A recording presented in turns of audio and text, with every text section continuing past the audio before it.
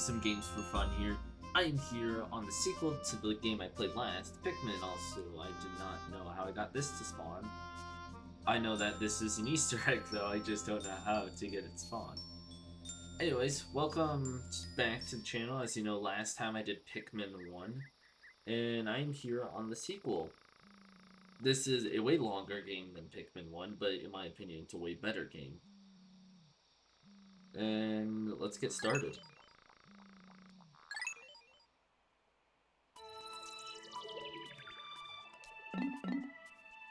Let's do a new game. Let's go. Hook Take Freight is a long-haul deep space shipping company. One day, its only employee of any merit, Captain Olimar, crashed on an uncharted planet while on an interstellar vacation. There he was aided by indigenous creatures which he called Pikmin. In the end, Captain Olimar escaped.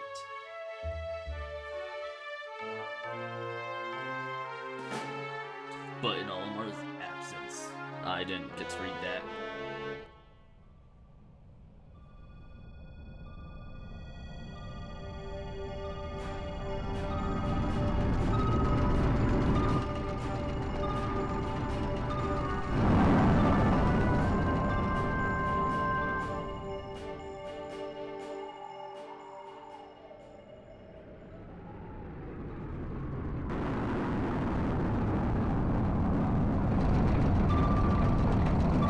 President of Hook Take Freight and employee Louis.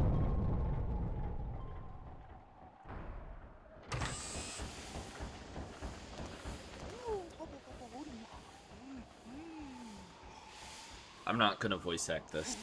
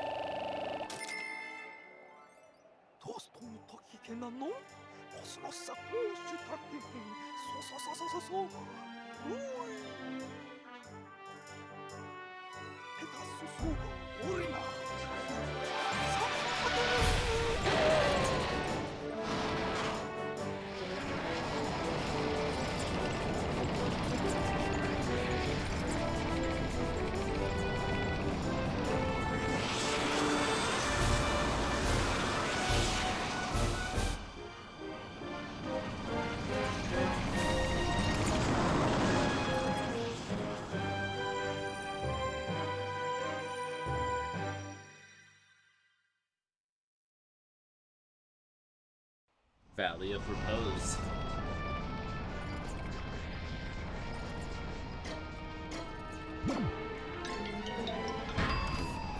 Oh, and there goes Louis.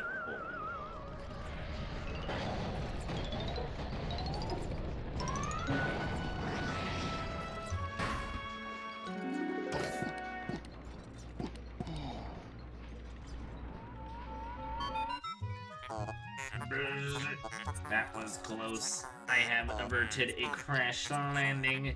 Running diagnostics. Alert! Danger! Louis is missing. He must have somehow fallen out of his cockpit.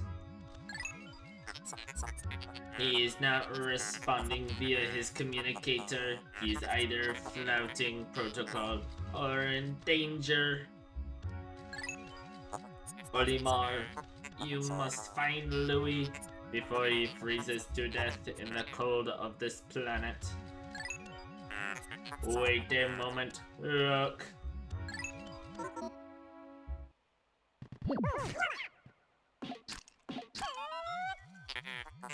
Would these be Pikmin?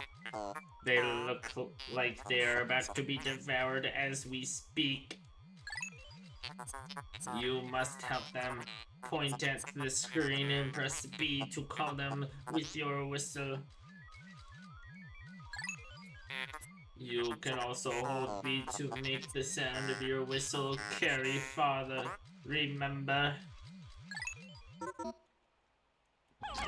So, Olimar went home.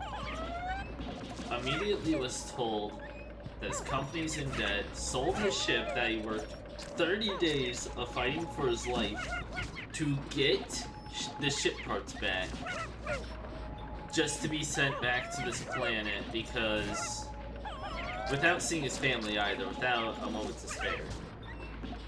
Okay.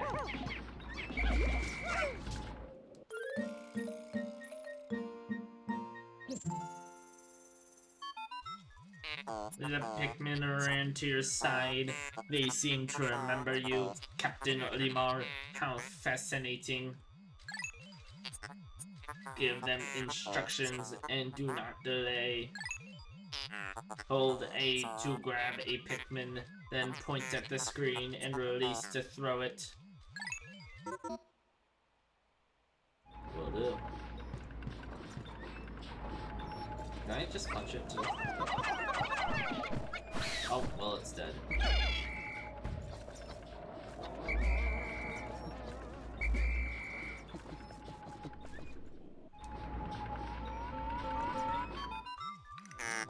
Attention, Captain Olimar. I have just re-established my communications link with Louis. It is fortunate we have managed to confirm his safety. Press minus to communicate with him. I am quite interested in the details of his condition. So, Pikmin 1, you only play as Olimar, which is actually kind of fun. I mean, it's a lot less micromanaging. But in this game, you control 2 people.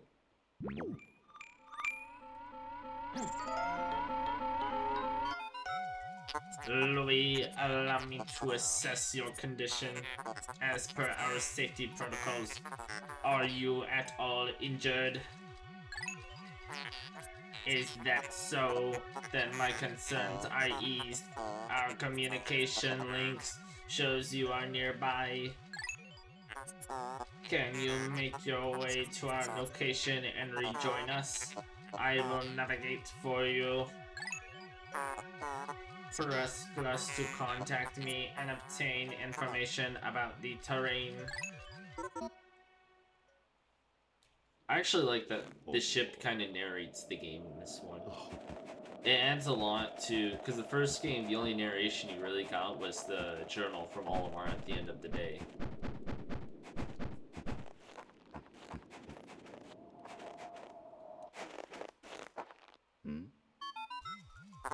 Louis, the odd object before you appears to be one of the onions mentioned in Olimar's report.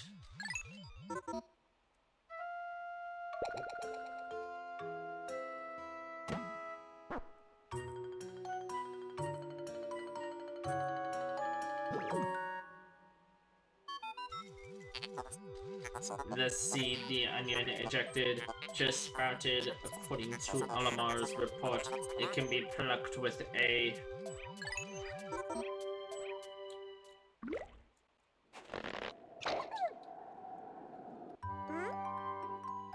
red leaf Pikmin.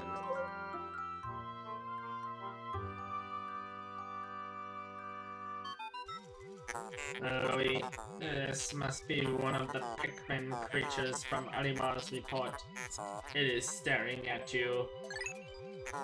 You can press down on plus to issue objectives to your Pikmin squad and direct their movement.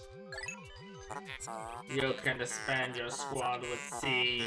Interesting. Olimar's description of the creatures resembling Pick carrots was strikingly accurate. Louis, my senses have detected drool in the corner of your mouth. Are you alright?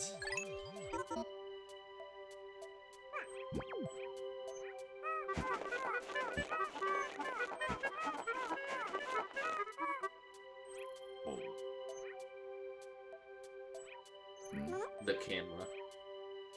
It's always the camera.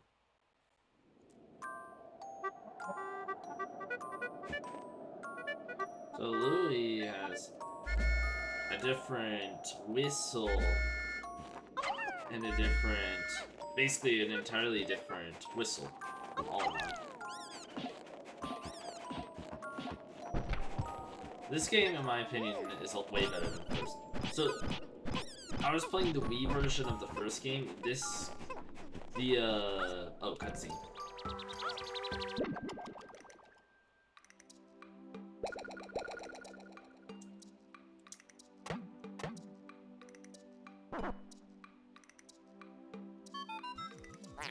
The onion ejected more seeds. The pellet from that flower must hold nutrients that breed Pikmin. Yes, the Pikmin gather nutrients, haul them to the onion, and further propagate the species. The onion is a Pikmin mothership.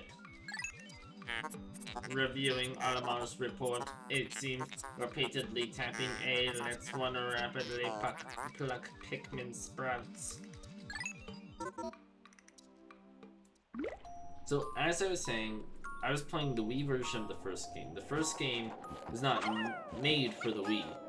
So what happened is, they basically took Pikmin 2's control scheme, because this game was made for the Wii, and they just ported it over to the Wii U.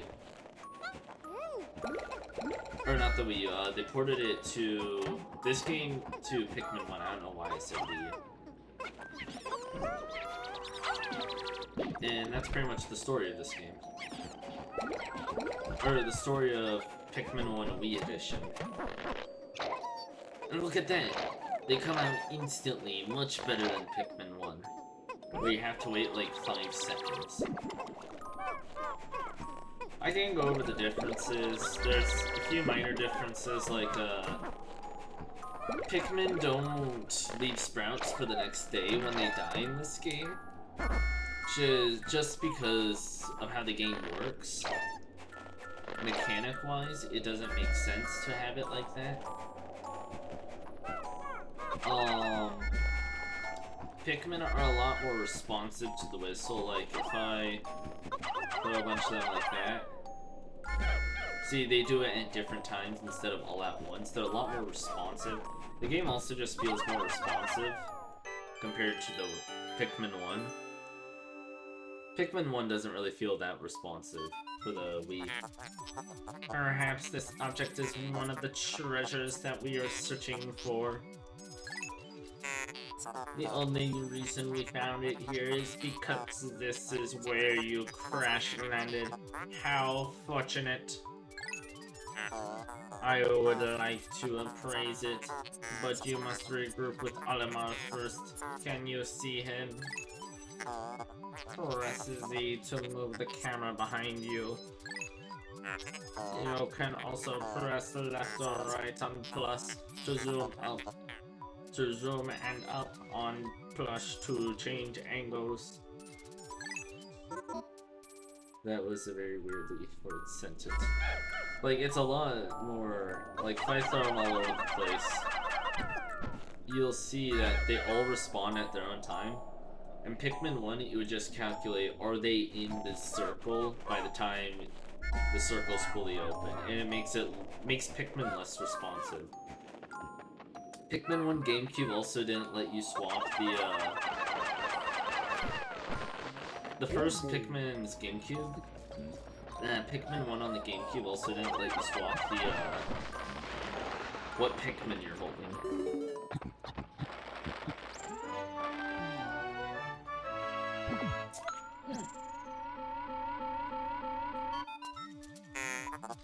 Captain Olimar, Louie, you are reunited at last. This has been a troublesome start to our trip. But now you must feel assured that your combined wit can get you through anything. Correct. From now on, use B to form a single group, C to take solo action, and minus to change leaders. Yep. So now you can just swap back and forth. You can whistle the other captain. You know, the one annoying thing is you can't select the other captain, so if you ever want to not have the other captain with you, you have to dismiss. I take Pikmin and see Louie stays there. Let's play as Louie. We played as Olimar the entirety of last game. Let's just go as Louie for now. Actually, there are a few things captains will automatically do, like captains will auto-pluck Pikmin. So if I actually leave Louie under the... If I go over to leave Louie, also you can't interact. In the first game you could interact with ship parts, in this game you can't interact with treasures. Treasures are basically your ship parts. So if I just leave him there, he'll auto-pluck Pikmin, pretty sure. I might be thinking of a third game. Yeah, like I said, this is my favorite Pikmin game out of all. I'm gonna say 5. Count Deluxe as 3 Deluxe as its own.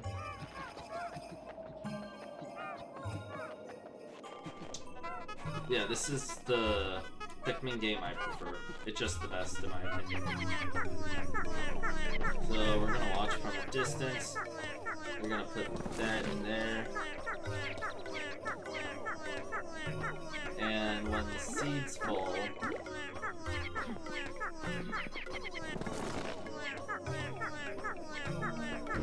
Maybe not?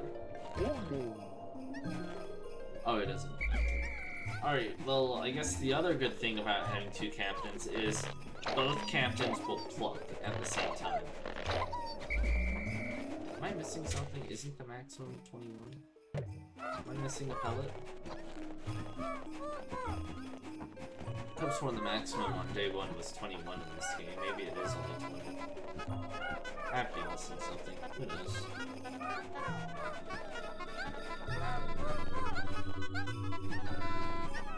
I just did that.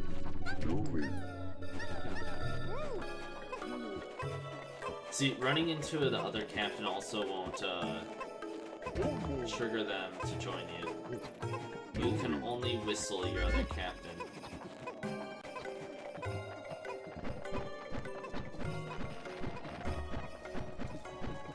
Going up to this doesn't do anything. In the first game, you could repair your suit. In this one, it doesn't actually do anything. This game, I do believe, was also released on GameCube. It was released both on GameCube and Wii. This is just the better Pikmin game, though. The GameCube version, the main difference is...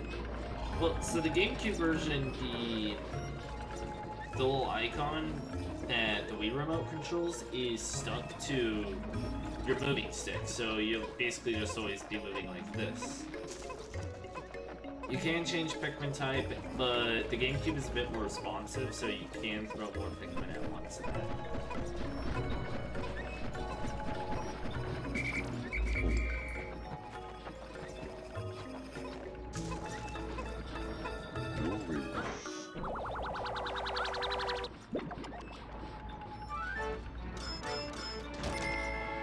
The name?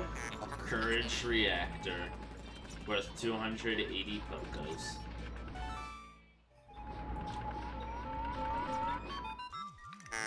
Our first day of exploration has yielded our first treasure.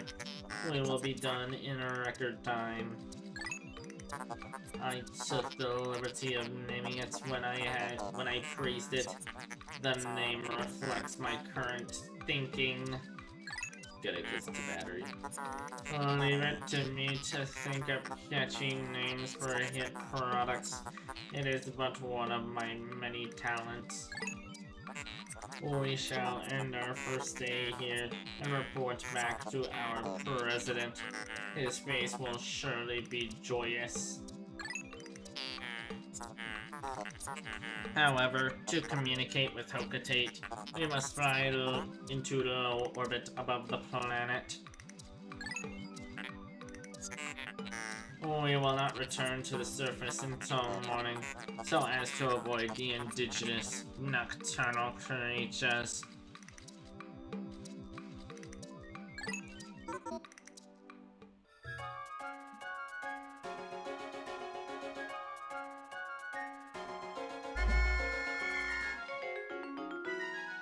Oh yeah, and the active captain is the one that whistles in this game.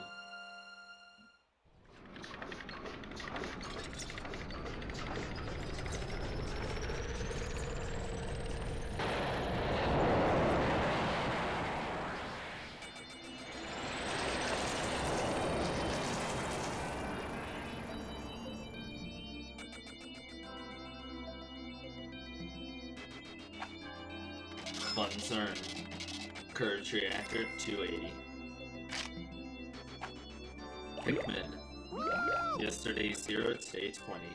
This is a bit different. You can see the Pikmin that you gained a bit differently instead of it just showing a straight up result screen. And you can press Z. It tells you exactly how they died. Where was this in the last game? Because Pikmin could die of so many things in the last game, because not all of them counted as lost in battle or sunset. For instance, one thing I noticed was getting crushed didn't count as lost in battle, and what's the other thing? Water didn't count as getting lost in battle or sunset. So they just wouldn't appear on the numbers, and you'd actually have less than what you'd sprouted if you did the math. This is much better system.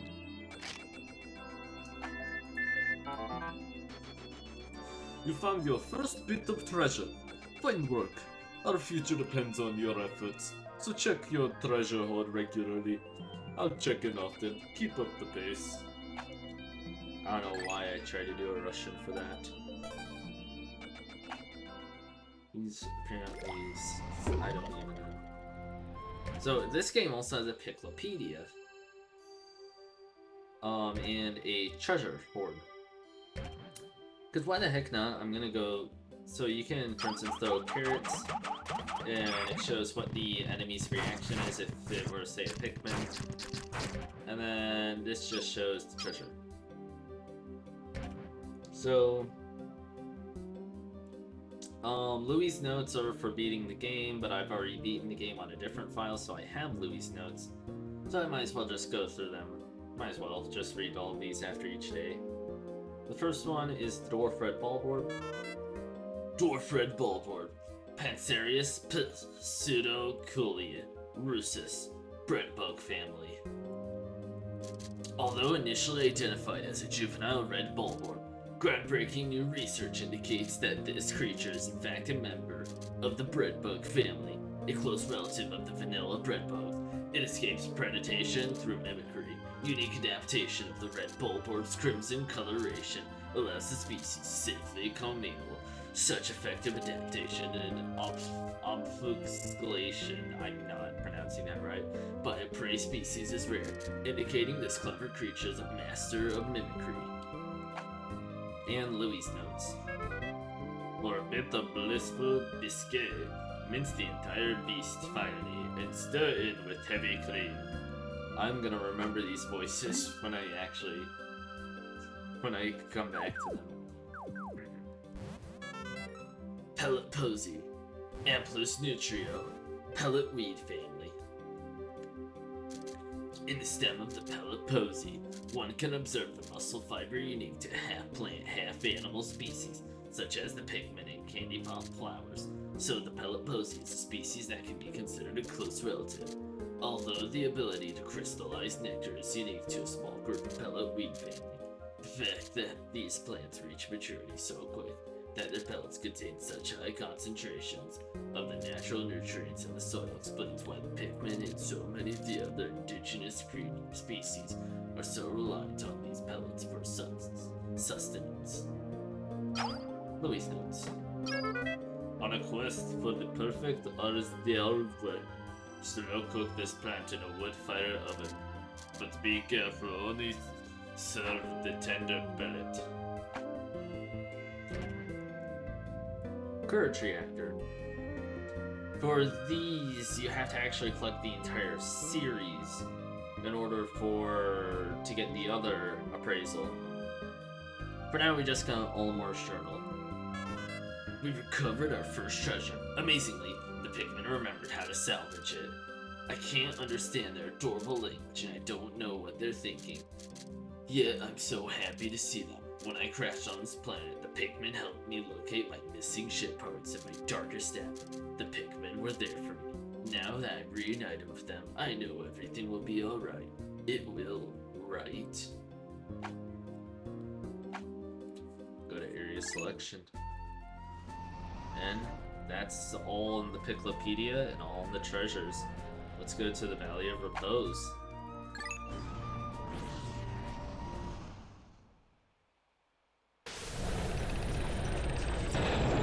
There are now a lot more pellets.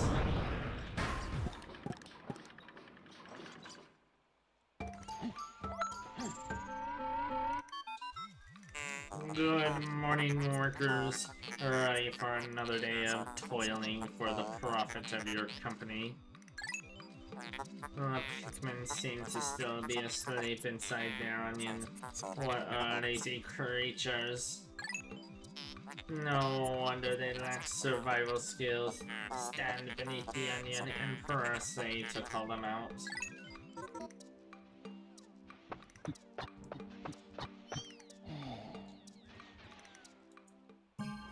Well, might as well get them all out. And you can whistle them down a lot more, it's a lot more reliable to whistle them down than step one. There's nothing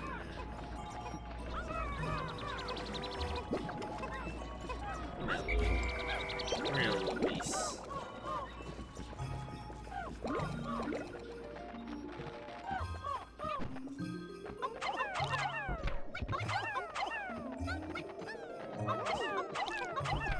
It is odd that in this one specifically, well, this is the first one to have 5 pellets, now that I think about it. Yeah, Pikmin 1 didn't have the 5 pellet.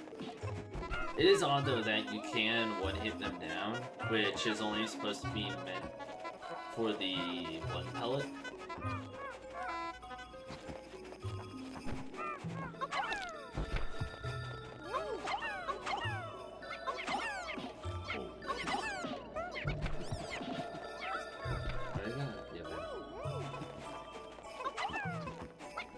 Should be...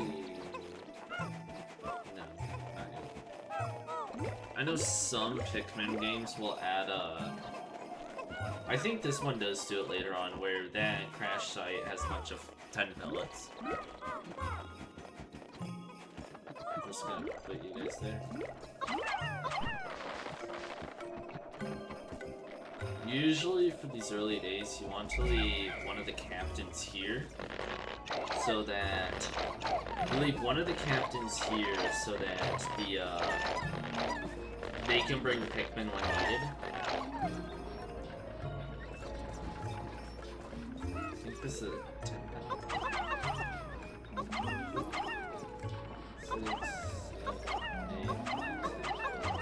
In Pikmin 1, you can actually destroy those before they sprouted, but there's literally no use of it.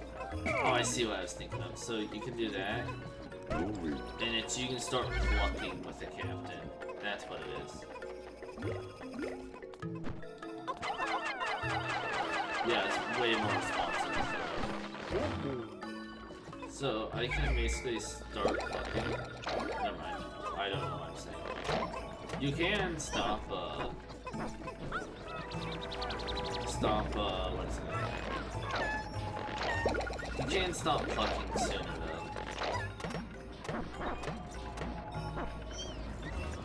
though. Like, I don't need to hold anymore and pick. Never mind. I'm wrong. Huh, I guess you could just let go of it once. Real Louis. Real Lewis.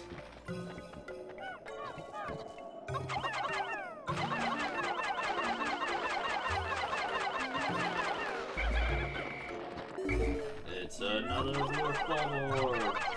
And he's dead. Oh, we're not gonna deal with that guy yet.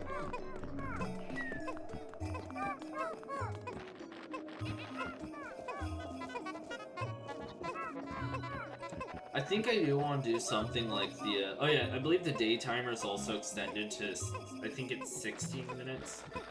Pikmin 2, I'm pretty sure has longer days than Pikmin 1, or it could be the same length, but there's a mechanic that you really don't care much about days. Real Lewis. What's your full name now? Your name's Lewis. And look at that. You don't even have to wait. The best improvement from Pikmin 1 to Pikmin 2. You don't have to wait for them to sprout. Hopefully I don't have huge loss. Now, unlike Pikmin 1, as you saw, there's a spotty bulb orb. In Pikmin 1, you can get nectar. Very early nectar to deal with it. In this game, you can, so this is going to be terrible. This game does also have less stripping. The Pikmin AI is way better. Get him! Oh, this was terrible. The only times I'm going to reset this game, by the way, are major losses. That was terrible. We lost 10. Like, major losses as in, like, we lose too much of a type of Pikmin. This game is very reset heavy. How much is this? 35, but I left that.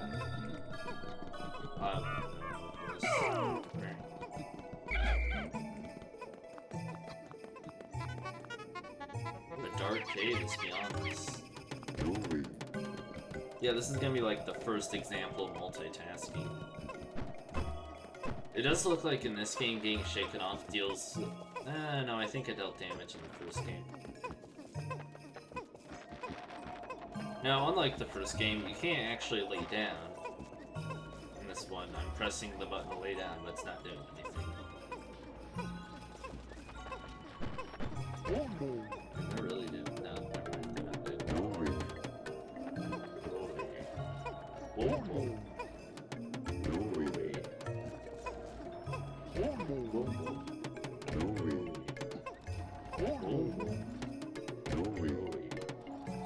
I think they're supposed to be saying their names like Louis does, but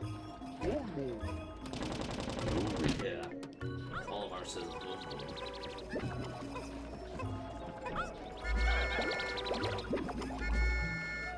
I don't actually know what the distance sprout on this day is.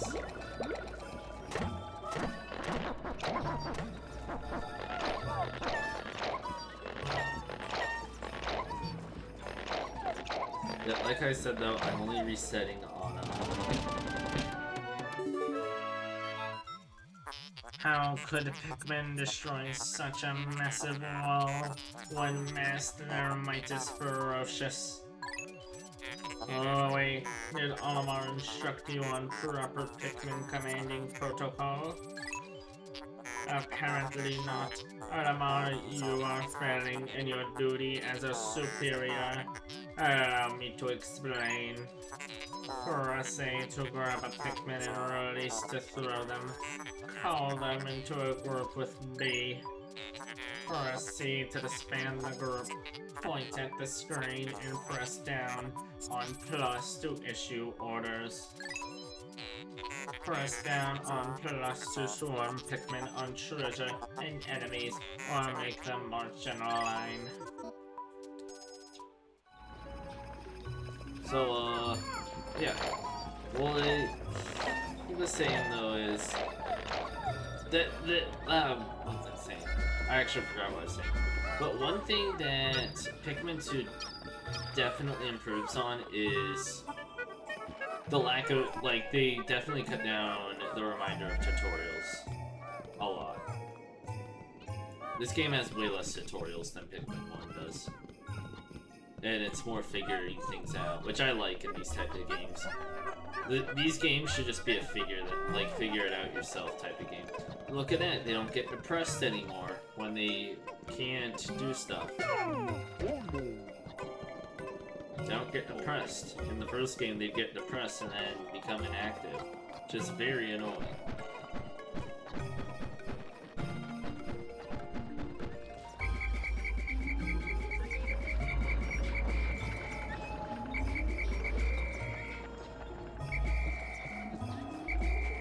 I do also like how the whistle is in this game, where it's just a circle, like a rainbow circle, to represent the area that you're whistling in. I think they did, it feels like they did somewhat make it smaller than the first game. No, I think it's about the same size. But yeah, so in this game, the Pikmin have a lot more, they have a lot less frames that they're required to be in the whistle's range to actually respond to it. In the first game, it's like they had to be in it for at least like 20 frames, which is about a whole second.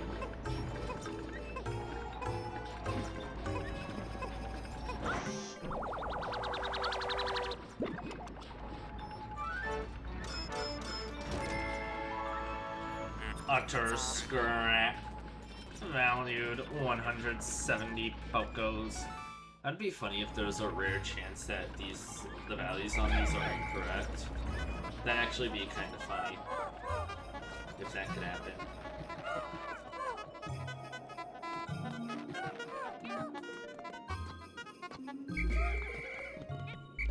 Ooh. I love how they like respond to the changing of the captain. Like, oh yeah. I'm gonna ignore that. Looks like, what is it? The Pikmin that drowned on land last game, or in Pikmin 1.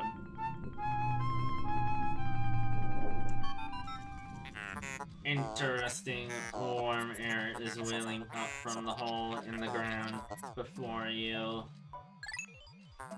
What could lie underground? What is wrong? You both show expressions of unease. Do not fear. The leader's group of Pikmin will join you. I shall dispatch my research pod too. Approach the hole and press A to jump in. That's very reassuring.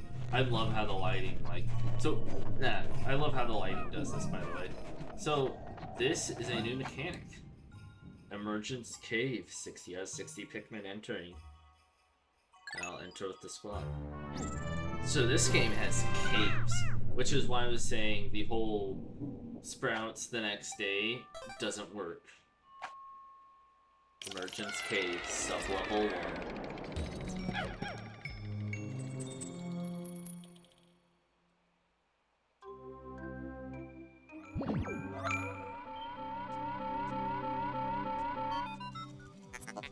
Intriguing.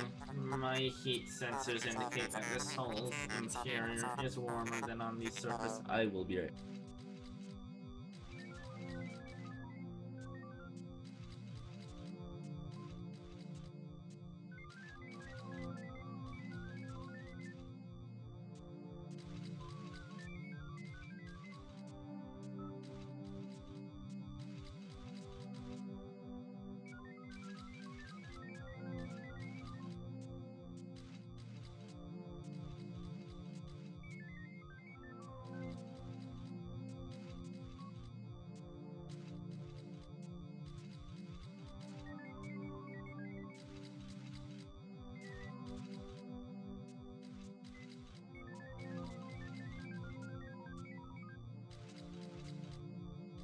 Sorry about that, I'm back. Analysis suggests danger lies ahead, but the promise of treasure is tantalizing. If you wish to check underground terrain, press plus to communicate with me. I am not just a ship, I am an all-purpose support pod. Okay then. So this is a different mechanic. We go down here, there's no onion or anything. We have Pikmin, we have areas. And there's different enemies.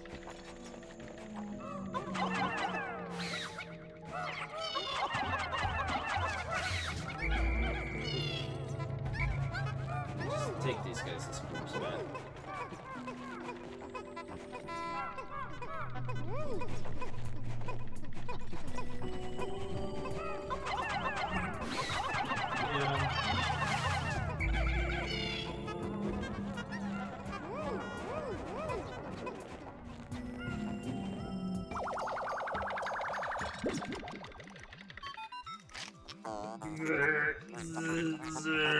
How could you possibly consider this beast a treasure?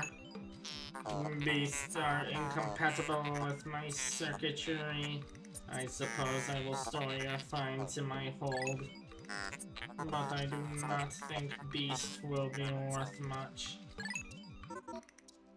So, since there's no onion, Pikmin still bring creatures back to the ship, but they're just a low amount of money. I will be collecting beast or enemy corpses in the caves.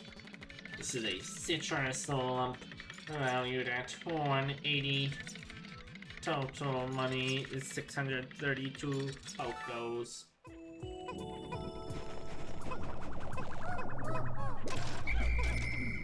I love how the Pikmin like laugh. That noise you hear in the background is the Pikmin laughing. This is the only game they do that, and it's amazing.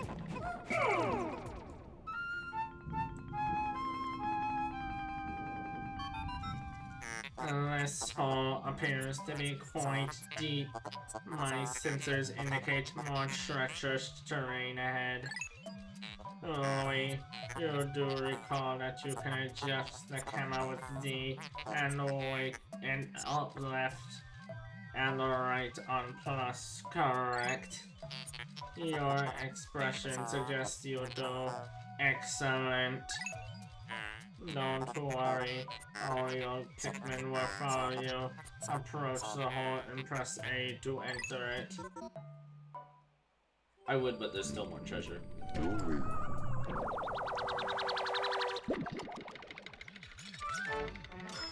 7-Up, first paid sponsor for this game. Quenching Emblem, valued 100 Pokos, total 734 Pokos. So, also something though. So that noise you hear in the background is the noise of... That's actually meant to be for later. I don't know why they allow it to play now. But that means there's no more treasures. What else is there? Your health refills upon entering, and there's no day cycle. You can stay and spend as much time in here as you want. So what he was saying is, go deeper with your Pikmin. Well, I don't have them, but they come anyways.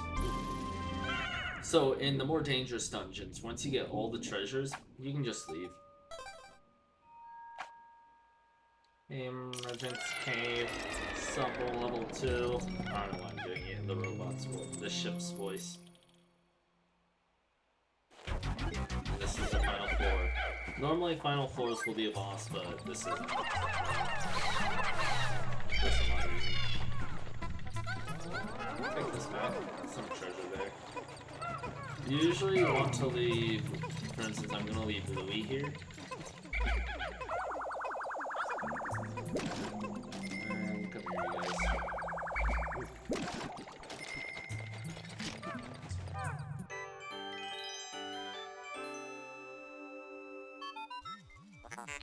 It's inconceivable. that such an immense object has been buried here for so long. The design on the outer shell resembles the surface of the planet as seen from space. Perhaps this can be used for something other than salvage. But how will we ever lift it? I fear that even 100 red Pikmin will be unable to lift it. Well, just like the first game. That's hinting at 100's the limit. If you, for people that played the first game. Go here. 101 Pikmin.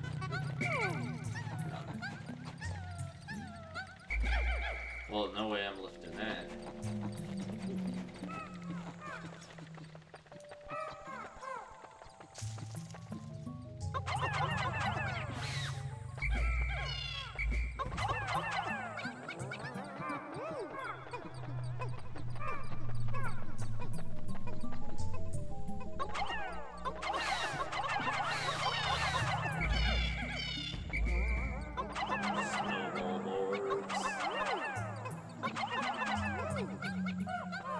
If you're confident, you can just do 1, 2, 3 like that, and they'll just take it back.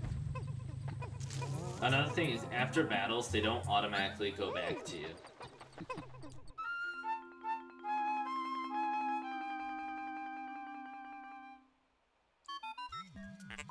As standing of flower blooms in a cave deep beneath the snowy landscapes.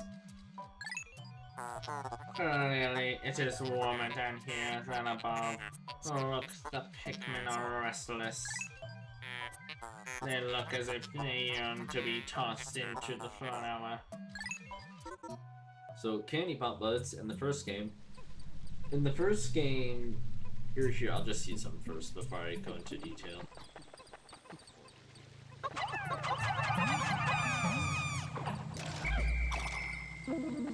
So it's purple.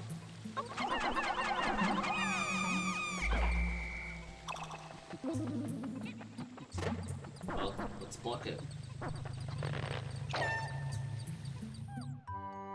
It's a purple Pikmin.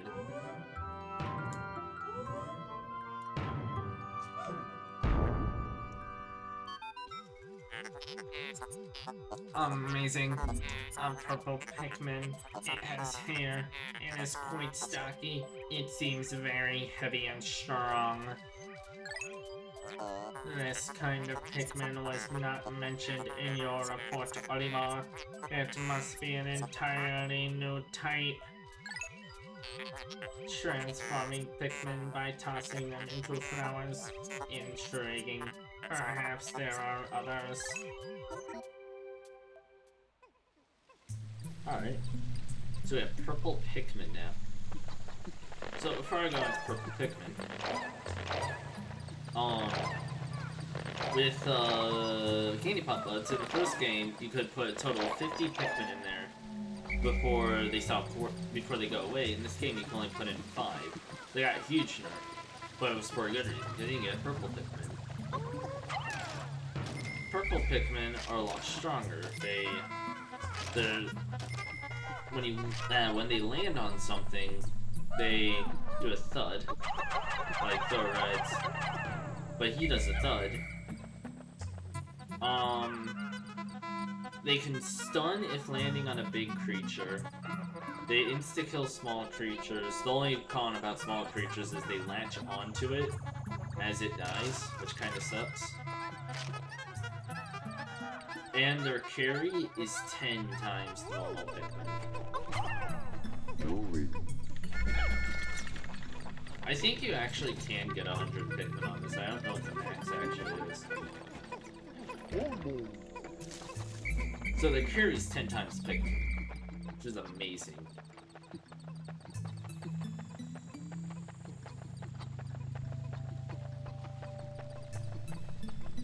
Yeah, so Candy Pop Buds were nerfed. Purple Pikmin deal a lot of damage. Unlike Reds in the first game where your damage dealers, they were like literally the most important Pikmin. Reds still have a use here, but they're not as important. They're pretty much the fodder.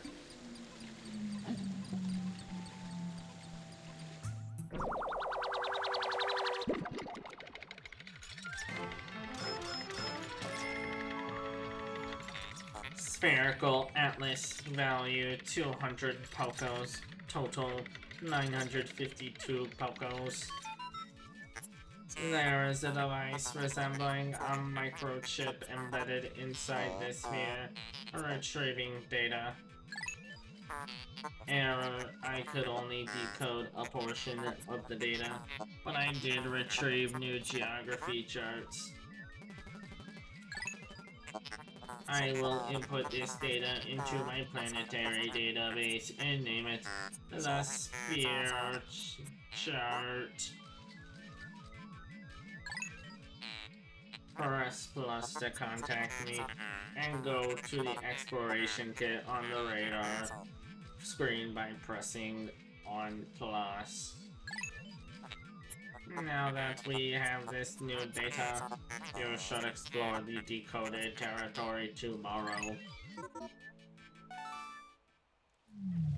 And that's lost treasure.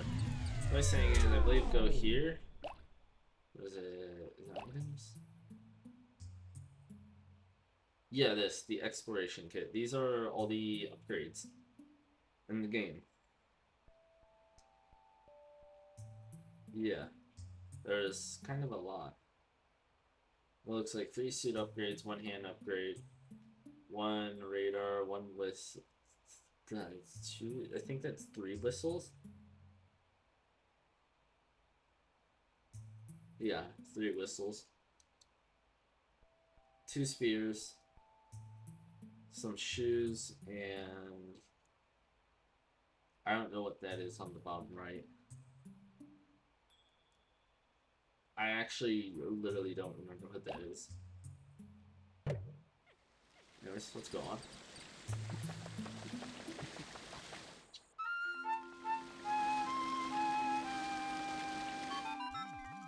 Astounding!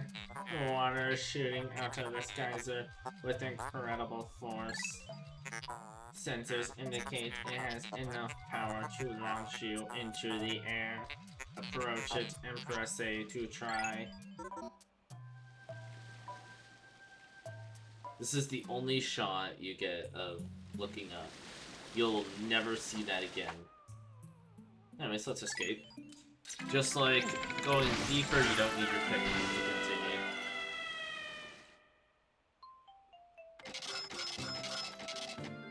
Spherical Atlas, Citrus Lump, Quenching Emblem, and 22 Pokos from Corpses. Corpses don't give you a lot, but hey, it's still worth it sometimes. No Pikmin deaths, 502 Pokos total gain, 952 Pokos total. 3 out of 3 treasures. Save.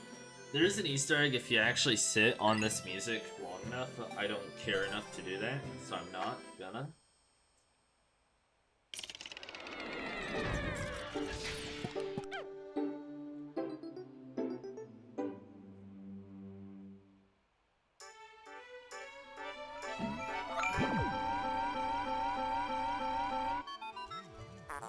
You have successfully returned to the planet's surface.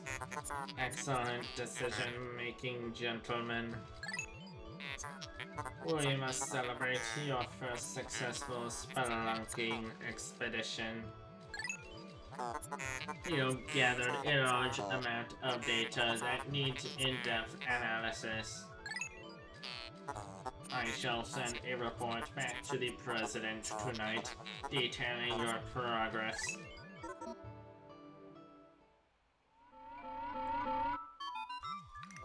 Olimar and Louis, since you will explore a new area tomorrow, today's work is done. What? You still want to work? Unacceptable. You may not realize it, but you are exhausted. You should take a much-needed rest, as you have all the time you need to collect treasure. Haste makes waste, so take it slow and steady. So what he was saying is, this game has no time limit compared to the first game. Way better. Now, purple Pikmin don't have an onion. So they just simply go into the ship. Meaning, purple Pikmin reproducible without a candy pop buds. Also, I like the fact that Louis' glass is still broken from when he fell out.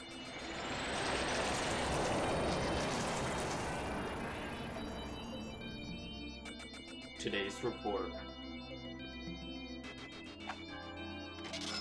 Spherical Atlas, Utter Scrap, Citrus Lump, and Quenching Emblem. Plus 22 enemies, for a total of 672 from today, and 952 so far.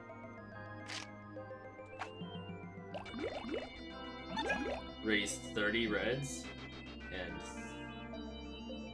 10 purples. Today. Oh yeah, we raised a total of 60. Lost 10 in battle. So much for Deathless. Baby steps first, Alamon. Plan well and don't worry about me. Our debt with Happy Hook takes savings and loan after all. Besides, there's nothing left to repossess, so ha! I actually like the president. He's a good character in this game. So we have unlike Pikmin 1, I kind of rushed through that game because you have a limited time. I mean, I really rushed through it. I beat the game in 18 days out of 30. I basically beat it about halfway through the total time given. But Pikmin 2, you have no time limit. So I could theoretically just do a cave a day and do a bunch of Pikmin grinding, but Pikmin grinding is boring. You actually need to do more grinding in this game than Pikmin 1. And then Pikmin 1, it's 100 and done, but in this game, you don't need to do that because, what is it? In this game, you need to actually do more because purple Pikmin technically can't be reproduced without candy pop buds, which requires the converting of other Pikmin. Anyways, Piclopedia. Red Bulbord. Not Spotty. I believe later game, I think Pikmin 3 actually calls it Spotty, and Pikmin 1 calls it Spotty Bulbord. Red Bulbord, Oculus Kagayami Rusus, Grub Dog family.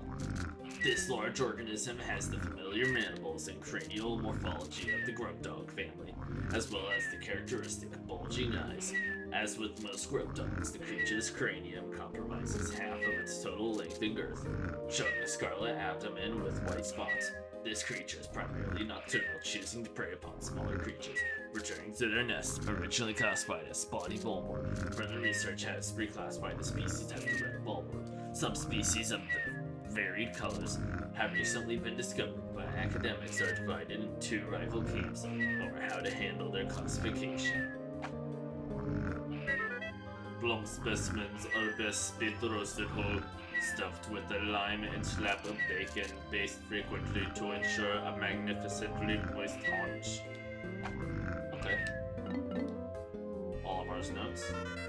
Snow Bulbord, Pancerus, Pseudo, Cooley, Frosty Kills.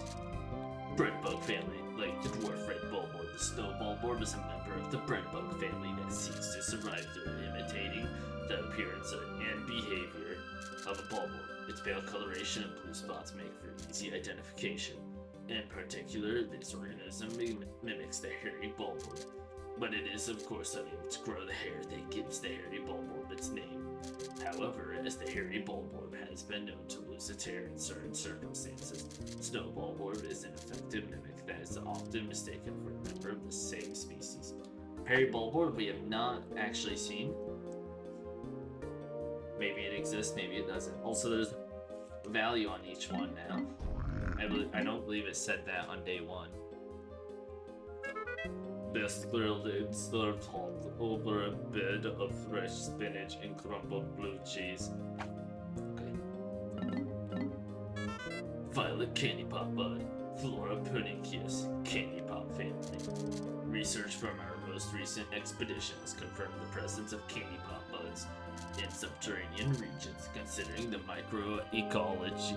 ecologies this plant has been found in, one could surmise that it could be found in any cavern regardless of geographical region.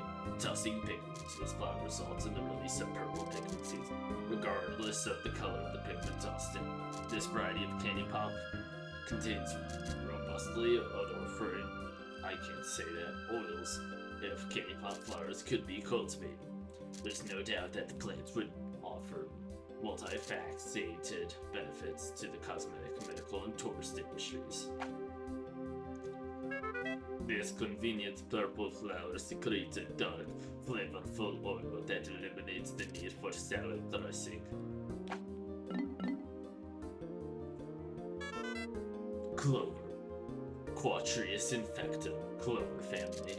This is a naturalized species. These plants are extremely persistent, and with the assistance of a symbiotic fungus that grows on its roots, the species is able to survive even in drought conditions.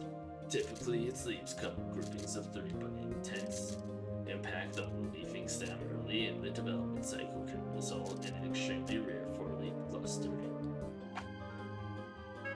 Mildly poisonous may result in nausea, headache, fever, fatigue, chest pains, paralysis, loss of bone density, moodiness, feral rage, sauciness, dilly-dallying, stroking brilliance, and ultimately an untimely doom. Now for the treasures. Citrus Lung. This fruit was dug up from the floor of an icy cavern. It appears that the fruit's thick skin protected it from the frigid cold. It's quite remarkable. The shape of the fruit eerily resembles the president's head. P.S. The labyrinth underground trails of this planet are like a completely different world. Utter Scrap. The area we recently touched down in is blanketed with a fresh layer of frozen precipitation. As tranquil and relaxing as it is, I named it the Valley of Repose. Using Pikmin to move obstacles, I was able to open up some new areas to exploration, where I found this hunk of metal. Quenching Emblem. I often brag about my inexhaustible supply of self-control, but when I peer at this treasure, I can't help but want to take a drink. Get a good 7-Up. 7-Up sponsored this game. Like, there's so many sponsors in this game. You have Duracell already. Duracell sponsored it. Now you have 7-Up. Spherical Atlas. The purple Pikmin were somehow able to carry this massive treasure. Today we measure their physical strength using the ship's onboarding BFO meter. It seems that they have 10 times the weight and physical power of any other Pikmin. When I throw them, they land with a resounding thud. I decided to commemorate the cave I first encountered them in by naming it the Merchant's Cave. I do like that you get lore from that. Anyways, on to the next area, the Awakening Wood. You can't go back here, unfortunately, like the first game. You need blue Pikmin. Or this water blocking the next area. The Awakening Wood. So now, this area may look familiar. That is because this is the Forest of Hope.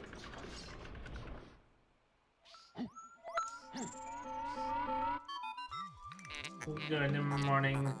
It should please you to know the purple Pikmin are launched safely in my hole. The confineness of my interior seems to suit them perfectly, though they do occasionally tickle me. How does the ship get tickled? Standing in the ring of light below me, I proceed to call the purple Pikmin out.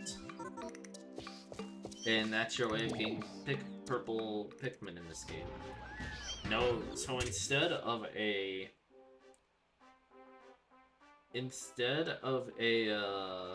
what was it? I can't seem to find my words. Instead of a system to get health back, you instead get Pikmin. Come on, Louis. Come on, Lewis. Purple Pikmin are very powerful in this game.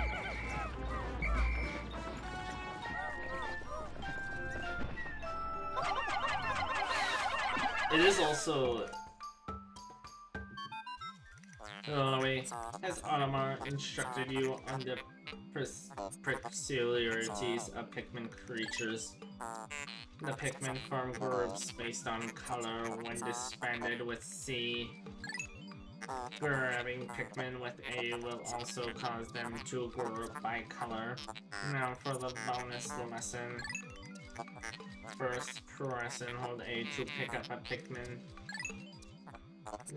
Then, while you hold A, press B to swap between different colored Pikmin. This is the first time you have heard this. Olimar, remember to properly train new employees. I don't know why he went so slow at the end. Let's just... Don't look at that guy, please. Let me just separate. I'm gonna take the purples. Okay, you're right. We're gonna go behind him.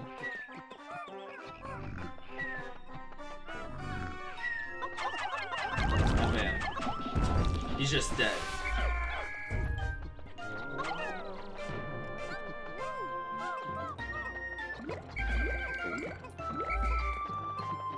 Just immediately dead. Now, unfortunately, purple Pikmin do make things slower, so like putting purples on that isn't really necessary. If I put a purple on that, it's gonna be really slow. What are you doing? So there's two purples on that, but this moves faster. Uh-oh, sheer ropes. We remember these guys.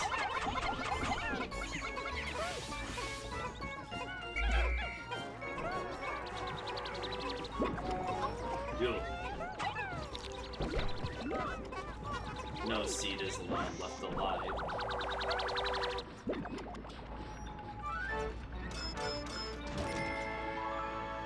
Sunseed berry, value 170, total 1122 Pokos.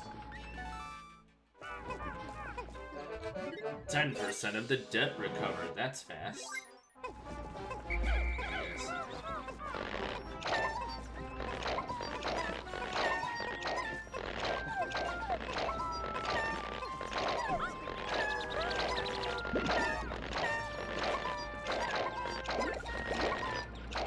Definitely double the plucking speed was needed. Yes. Oh, we're gonna go over here now.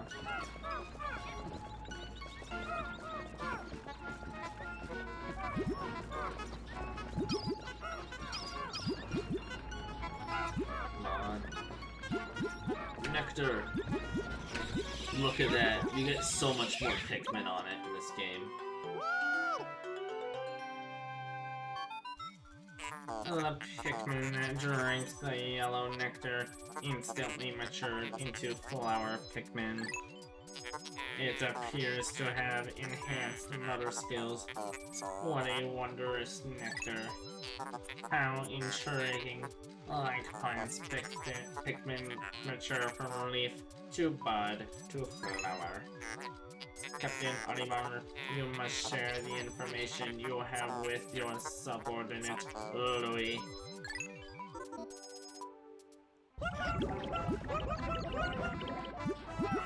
Any more?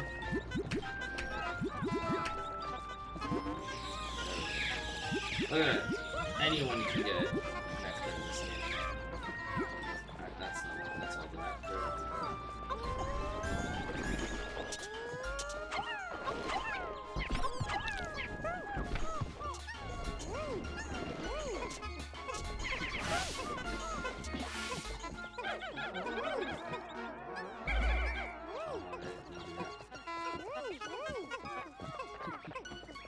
Take this back too.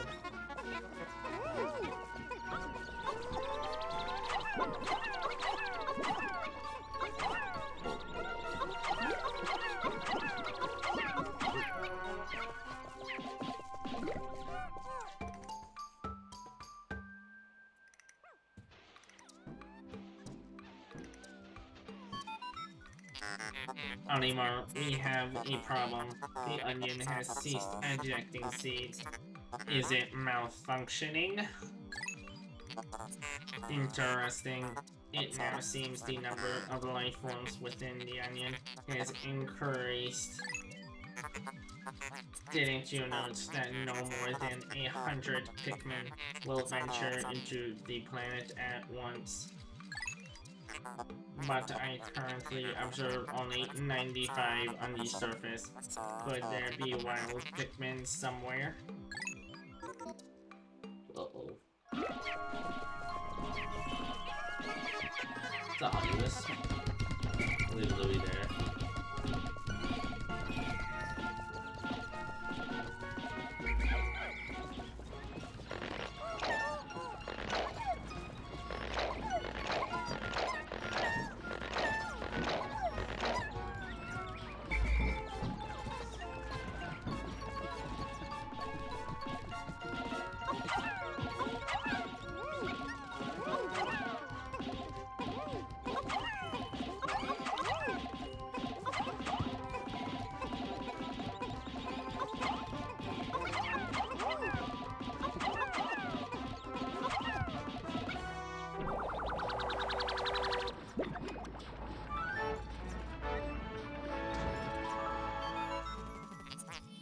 Astounding. This red berry contained an ultra spicy essence. It does not appear to have any monetary value, but I shall research potential uses for it. Bring me another specimen.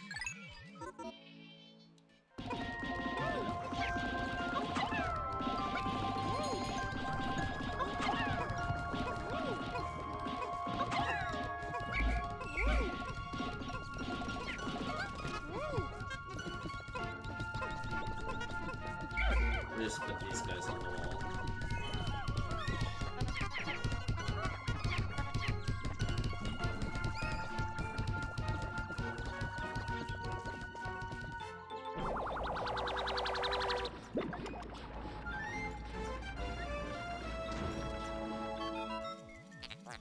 Captain Olimar, my research on the red berries you discovered has yielded a powerful potion. Behold the ultra spicy spray. Although it is untested, I believe it will have spectacular results. Spray it on all your Pikmin by pressing 2. When necessary, I can produce 1 bottle of spray from 10 berries. Press plus to contact me and confirm your berry count by pressing left on plus. Another new mechanic, berries. Berries basically supply an advantage to you.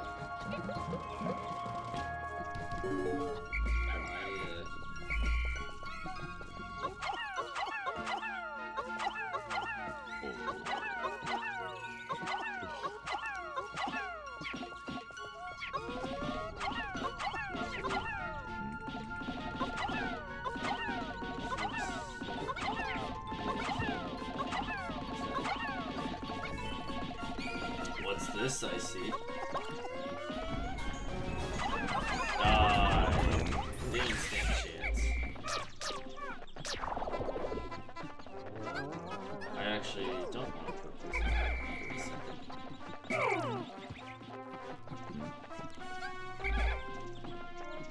There, you guys take that out.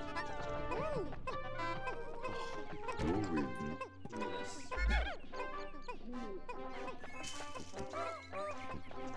What's this? Eyes in the grass?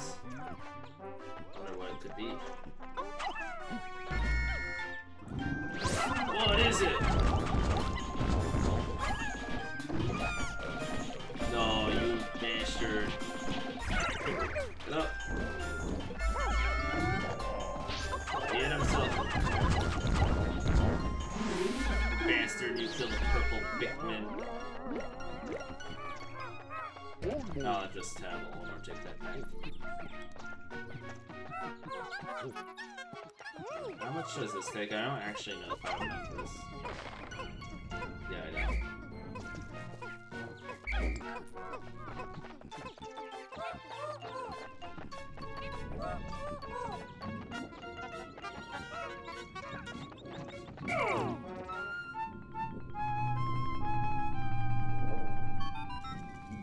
Their biological sensors are reacting violently. Their readings are ominous. A beast of unknown power lurks in these depths. A large Pikmin group would be reassuring. My sound sensors are picking up hostile roars of many beasts. Expect dangerous encounters.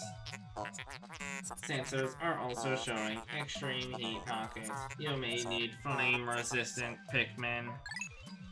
But my records indicate no such data. Are my records incomplete? They are. Anyways, Louie, you're going back.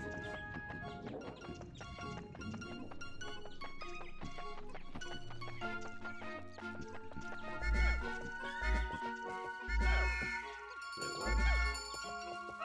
Why don't I have a second potion? What? Oh my goodness. It's the one thing I hate about berries is they can sometimes go too far away from a Pikmin's detection area. So sometimes that happens. Where they just don't pick it up and you don't get a potion from it. So I'm one off from a potion. Yeah. Come on. As long as they're considered in your group by the time. So I can just do this while the Olimar and I should be able to enter. Yeah. Enter this hole with your Pikmin squad? Yes.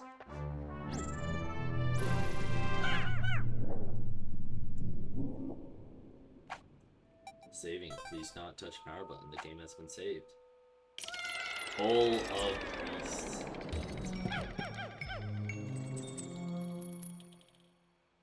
So I'm trying to remember. Where is this in the game? I think this is where the extraordinary bolt is.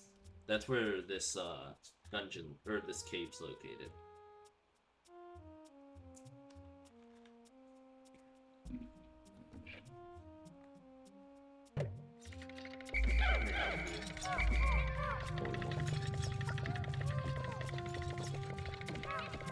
What's over here? Nothing. Also nothing.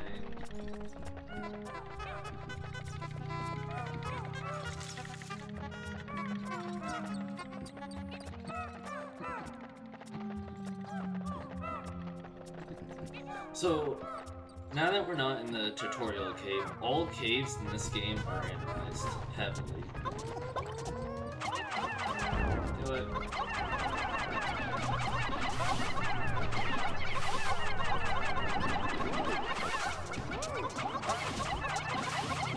I'm trying to kill the male ones. The male ones in this game I know can be killed by they eat.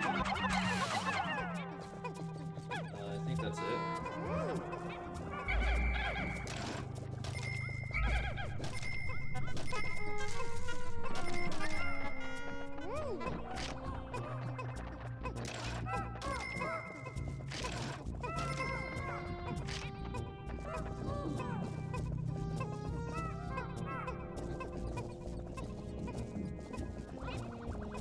Come on.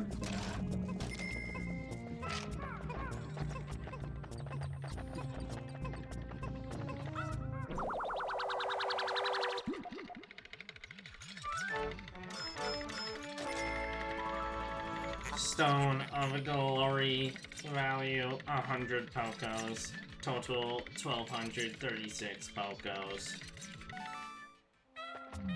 And that's it for this floor. Let's go deeper.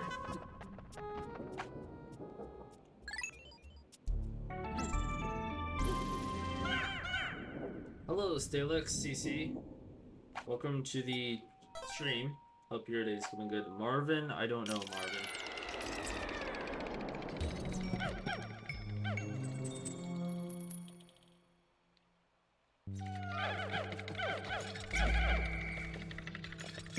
Let me get ripples.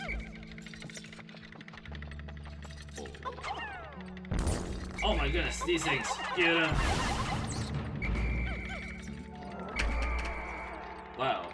that was very fortunate. These things are like, they basically scare all your Pikmin, but they drop a ton of nectar. I think I have all flowers now.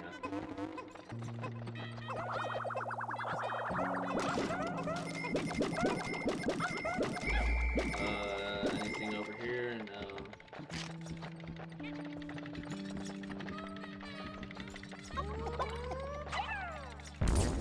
Ooh, red potion. That's actually very good. This is like the only glitch I'm gonna be performing. There's a way to dupe potions by having two captain, pushing a captain into it, and the other one walks into it. The red liquid you see contains refined ultra spicy essence. 1 drop contains 1 dose. Press 2 to spray this extract on your entire group. Have you tried it yet? So if you get like somewhat close. Oh, I didn't do it. However, it's fine. It's just a way to you can duplicate the potions and more candy pop buds. Any reds? Really?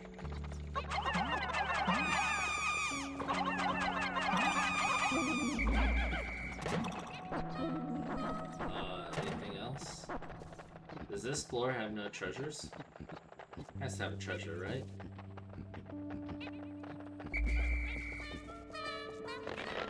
I guess not. I thought this floor had a treasure.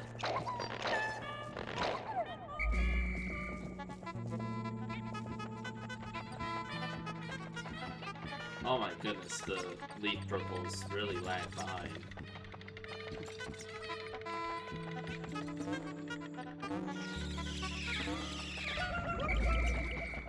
Let's go.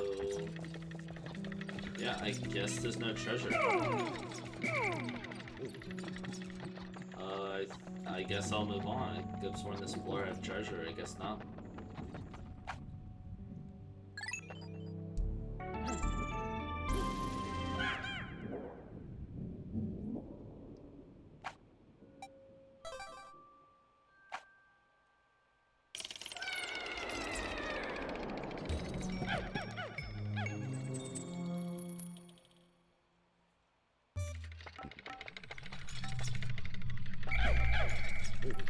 This floor has fire, yay. Luckily, red Pikmin can destroy geysers in this one. Finally.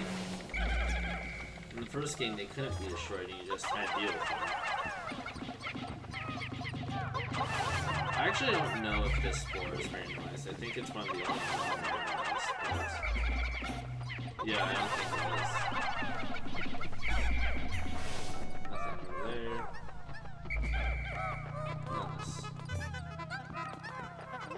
Gotta love when a purple Pikmin gets on it and it just like increases by so much.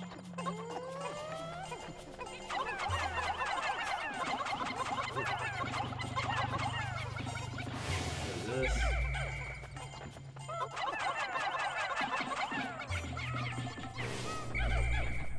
And I'll put you guys on there.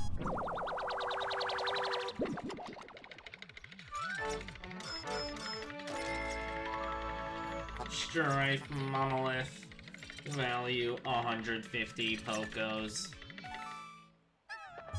Put that back.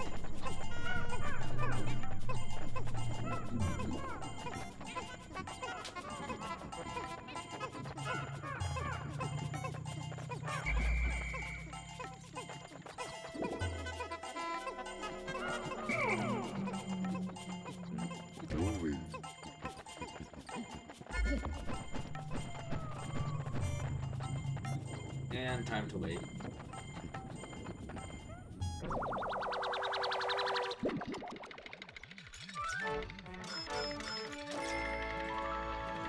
Cosmic Archive, value 230 Pokos.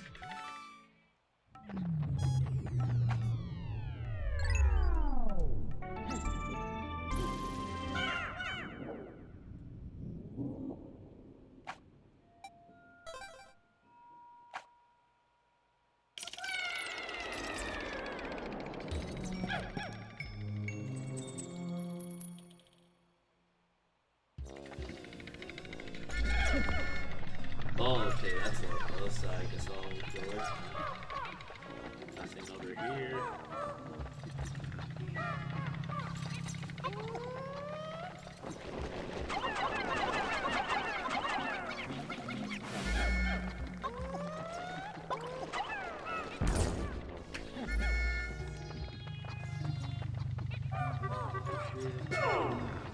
Might as well just take that.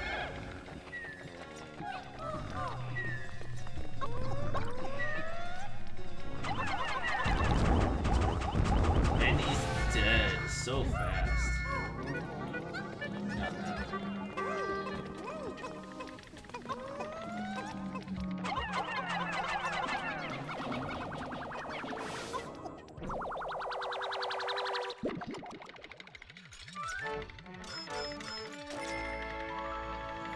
Dream Architect, value 280 Focos.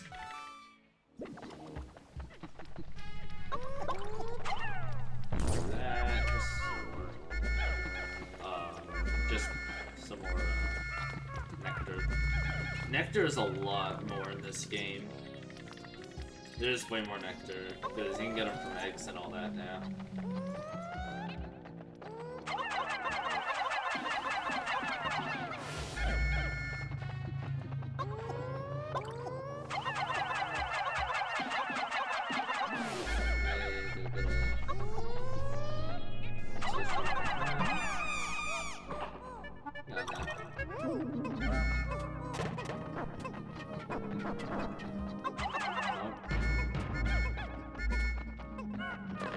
Come on, luck. Go through here.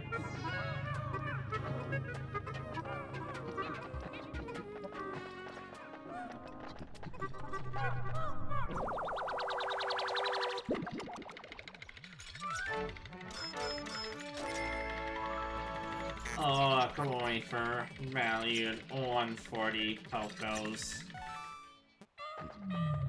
And that's all the treasure. There we go. See, Pikmin 1 is missing that, in my opinion. They should have done it like that. Or as long as they interact with it, or, like, as long as it still physically exists, they can still drink it. Pikmin 2 has some of the best nectar mechanics, in my opinion. Not mechanics, but nectar values.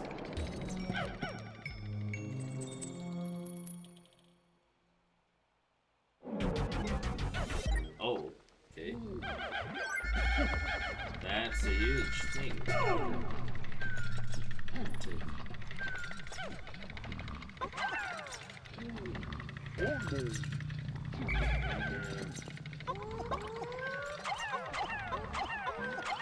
No, just split you guys up again. There we go. Come here, you. I deal damage.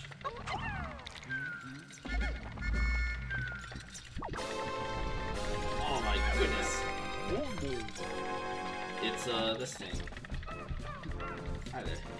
How are you? Have you played this game before? Yes, I have. This is my favorite game in the series. You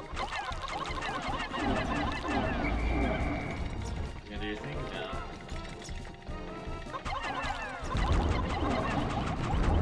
Oh.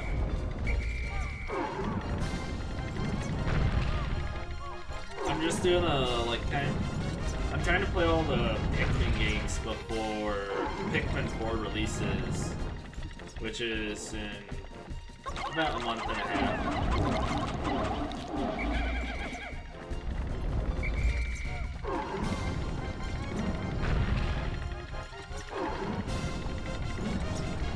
Yeah, 43 days. So I'm gonna do Pikmin. I already did Pikmin. I'm doing Pikmin 2 right now. And then Pikmin 3 followed by Pikmin 3 Deluxe.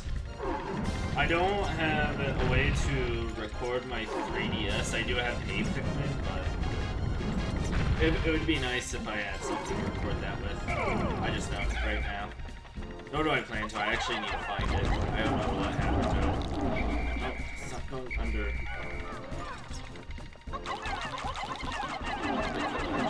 Yeah. That was a fun boss fight.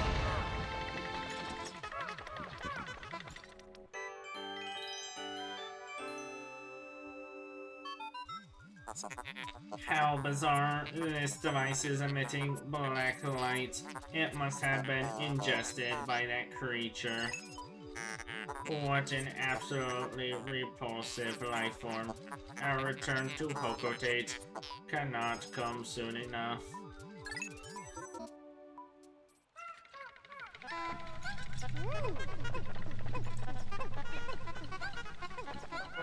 Oh my goodness. Okay, there they go. That treasure was glitched for a second.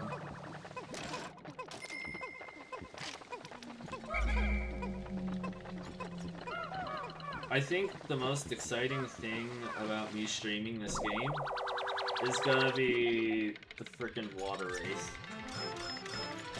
That's gonna be fun. Prototype detector valued 200 Pokos. This contraption seems to react when it approaches treasure. I will connect it to my radar. Processing complete. A treasure gauge is now fully operational. It will now appear on your monitor. The needle will move right as you approach treasure. And that's all the treasure here. Proceed.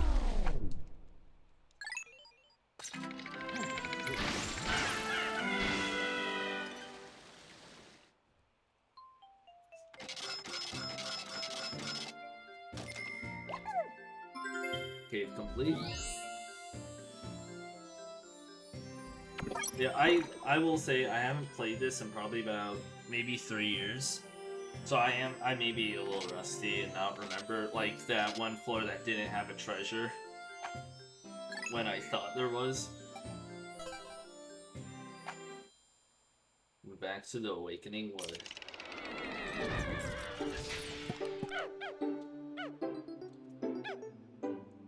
Yeah. I just haven't played this in a while. 20% of the debt recovered. But this one is my favorite out of them all. 3... I like 1... Yeah, the order's 2, 3, 1, then 3 Deluxe. I don't like 3 Deluxe. Cause... Yeah, Spray Dupe, but yeah. Yeah, the funny... I know glitches, but like, you know, there's a bug I know. I'm not gonna do it because I want to keep this casual, but you can actually zoom out and whistle the blue Pikmin and get blue onion early. You can do that. There's not really much of a benefit. You have to go back there anyways. But it's a very neat thing to learn, is early blue onion.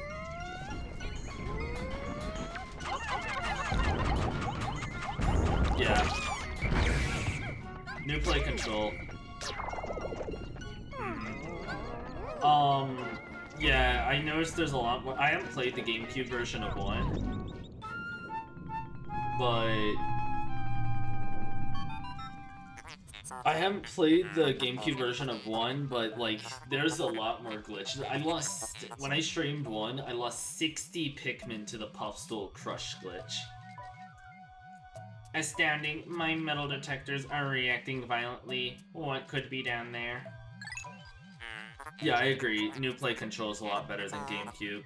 Because New play control uses a lot of controls that Pikmin 2 uses. If you find trouble below, press plus to contact me and press right on plus, big plus on the radar screen. Yeah, I agree. Well, I believe new play control has more crush glitches, and it's... What's word I'm looking for? There's a lot of unintended things, like you can... I know you can get Snagger early in the GameCube version, but it's just way too easy in the new play controller version. But yeah, I think new play control version is just better. I never actually had a GameCube, so I haven't played any of the GameCube versions of these games. But I know Pikmin 3, especially Pikmin 3 Deluxe, control a lot like the original Pikmins. Actually, Pikmin 3 I prefer with Wii Remote instead of the gamepad. And I wish that they... Oh, this mail should go, sure. I wish that... Did he get one?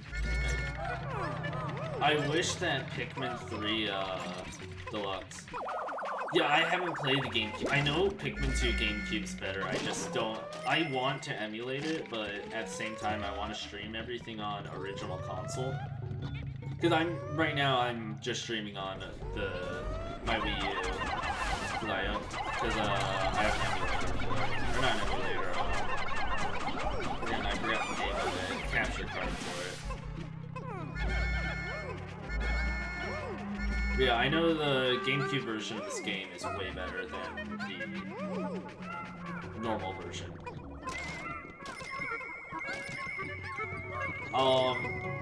Yeah. By the way, I hate Pikmin 1 has scarred me for sheer grubs because the males have invincibility frames if they grab a Pikmin, and it's for no reason. I swear.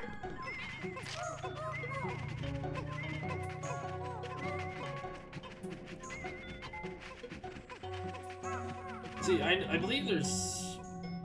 I could be wrong. Yeah, Pikmin 1 is brutal entirely. I lost... What was it? I failed a rush on a Spotty Ball Bear, lost 40 Pikmin. Wollywog lost 40 Pikmin per encounter. I still beat the game in like 18 days, but it can be really brutal. Especially Puffstool is what probably killed the most of my Pikmin. I believe it was, I actually don't remember, but it was either 40 to 60 Pikmin due to the crush glitch.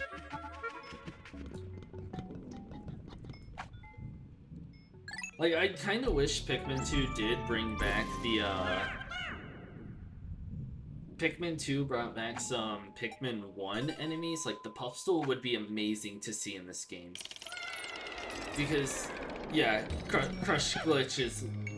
Especially, basically, you want the buggiest area, Forest Navel. That's the buggiest area in Pikmin 1. No other areas is as buggy with that, because the bridges will literally kill Pikmin. Because the bridges also do the crush glitch for no reason.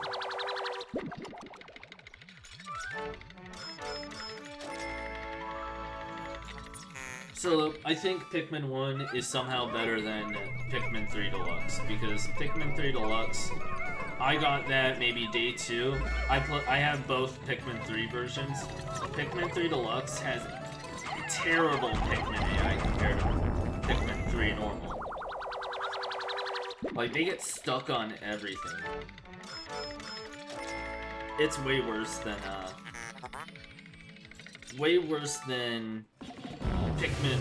any other Pikmin game's AI, really. Also, that was really good RNG, all the treasure respawning right there.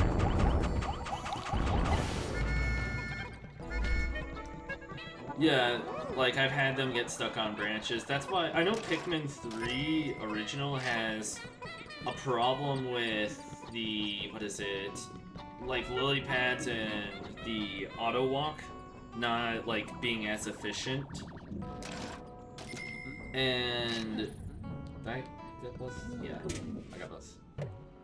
But Pikmin 3 Deluxe, it improved auto walk in my opinion. They don't get... It takes the best route and in a way that Pikmin don't get stuck, but they still, if you're walking normally, they get stuck on anything for me.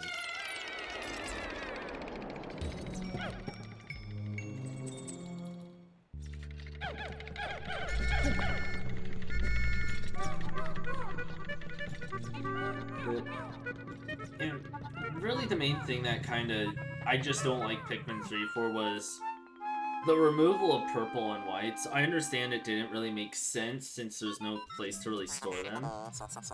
But It was just kind of a random thing. You get pinks and rocks thrown on you. Rocks are literally just almost the same as purples. And wings do yellow's job better for being thrown high. Literally just better Pikmin 1 yellows. But they get an onion, so... I think the game would probably be somewhat different if you gave them the Pikmin, the purple and white Pikmin treatment.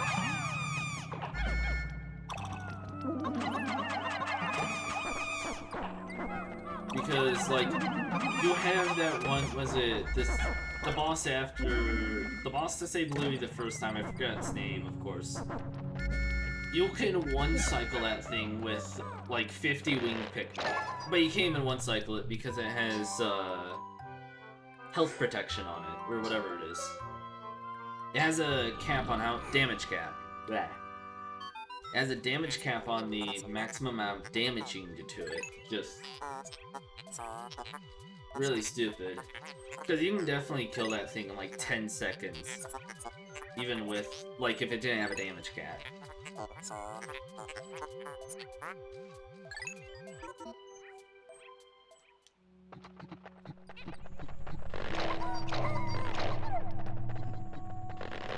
Anyways, white Pikmin. Wait, didn't I... Okay. I don't like how much easier Yeah. Well, Pikmin 3 has a... The deluxe version has a quote-unquote hard mode. I beat it damageless in 2 hours. With no, like, null... Like, on my first run. Or not damageless, but no, Pikmin deaths. The hard mode is a joke on Pikmin 3. Yeah, Pikmin's supposed to be random brutality. Like this game, traps and all that. The water wraith. What does Pikmin 3 have? Nothing. It has no brutality. That's kind of the thing I don't like. I was watching the Pikmin 4 trailer, there's a few things. The dog is but Ice Pikmin might ruin it. Just because it's too unique, because it's another Pikmin that removes the purpose of Blue Pikmin. Which is kind of funny, because Winged Pikmin remove the purpose of Blue Pikmin, now Ice Pikmin do. But the Ice Pikmin just kind of seem like overkill. Like, what, you're gonna use that to make bridges now, because you don't want to program in a buildable bridge like Pikmin, literally every other Pikmin had? I don't know. There's a few things about Pikmin 4 I don't really like because it's not the classic Pikmin style. That's why Pikmin 2 is my favorite, because it has so much content in it.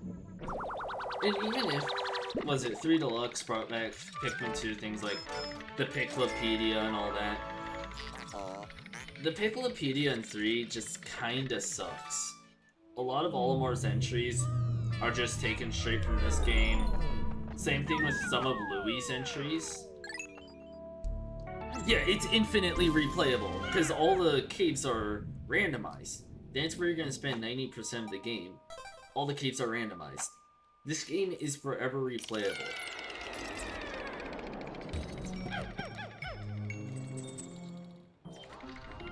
Yeah. Because everything about this game has to be calculated by RNG. There's never a thing that...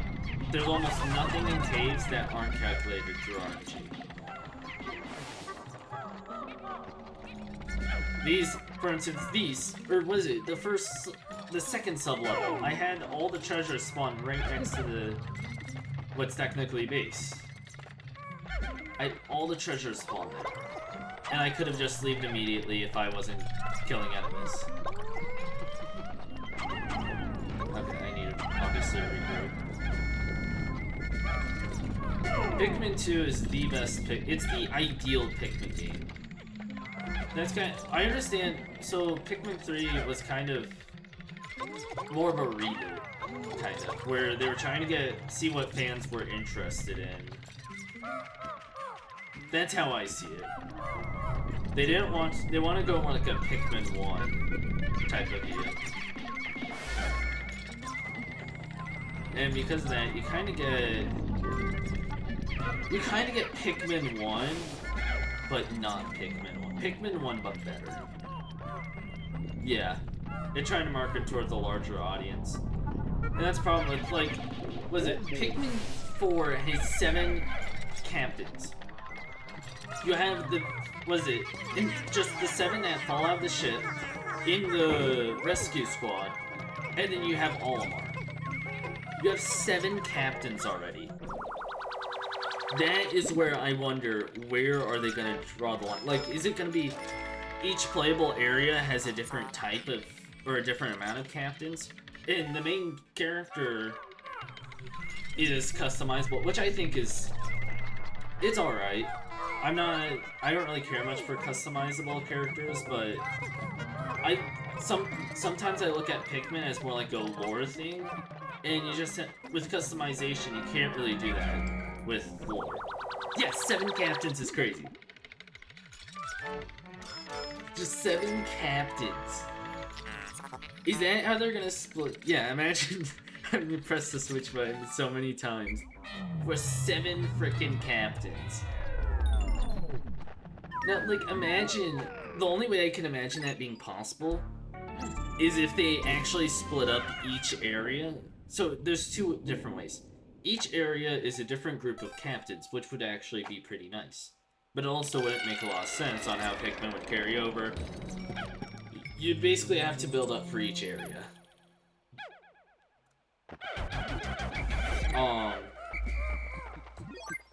I may reset on this level because I completely forget how to fight the snag right here.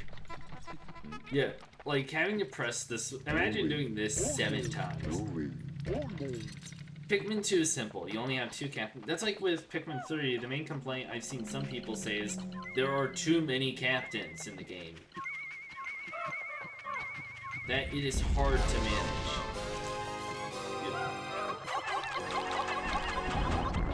I agree with that. Pikmin 3 has too many captains. I support that statement. There's way too many captains that sometimes you can't even manage them all.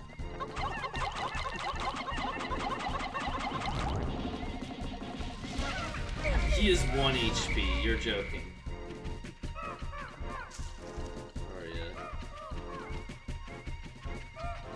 I'm not scared anymore. You're 1 HP. Get him. There we go. Like, I mean, I think Pikmin, I'm gonna get Pikmin 4 no matter what. I'd like to stream it. Like, a blind playthrough of it, but Pikmin 4 is gonna have a lot of problems. Pikmin 3, I think the auto walk, it's good and bad, because you're also, with auto walk, you're kind of removing the whole idea, like Pikmin 1 and 2 have more of an open world sense. With auto walk, you kind of remove that, because all you have to do is press the button and then you wait. That's just my main thoughts on auto walk. It's nice, like, imagine I could say I need to go back to Hole of Beast, or Cave of Beast, whatever it's called. But I don't want to just immediately walk there. I think how they could change it is, yeah, I'm gonna get it because I'm a big Pikmin fan, but I don't think it's gonna be good. It's gonna be like Hey Pikmin. Hey Pikmin sucked, in my opinion. I mean, it was unique, but the game gets repetitive so fast. And I see, like, Pikmin 4 is supposed to be, like, it's the first game that interacts with actual human, leftovers. Like, you see a house, you're basically in a backyard. Yeah, Hey Pikmin literally isn't a Pikmin game. You can't say it is. Just buy the Hey Pikmin amiibo and you automatically beat the game. Because it is impossible to run out of Pikmin with that. There's no limit to it. And the game doesn't punish you either. That's how I did, that's how I actually 100% Hey Pikmin. with all treasures and all, what is it? All treasures and all, no deaths. And I 100% it, because you can just call every Pikmin in the level at the very beginning, skip a ton of stuff.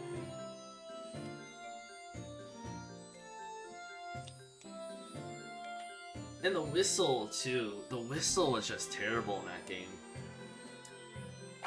Like, I understand that the whole point is, you know, all Pikmin that are active nearby will immediately go to, but it just, the whistle is terrible. It was garbage in Hey Pikmin.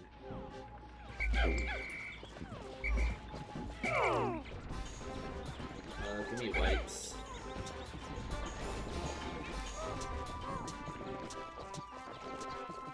Like, that's kind of thing. I don't think Pikmin 4 is going to be a full-on Pikmin game. It's not going to be styled as Pikmin 1 to 3. Pikmin 3 had a lot of, yeah. You think you're safe, and then the game goes, yeah, take 30 bombs. This game goes on steroids with bomb rocks. And bomb rocks in the first game, I hated the, like, Emperor Ballblacks was so buggy with bomb rocks. Because sometimes his mouth would open, and it would work. Sometimes the Pikmin would just say screw it and ignore the bomb rocks. It was such RNG in Pikmin 1 with bomb rocks. This game punishes you for no reason, and that's where all the difficulty comes from. Pikmin 1, yes, I do think it had difficulty, but this game has a way worse difficulty than 1. As more enemies, they really went all out in this game, in my opinion.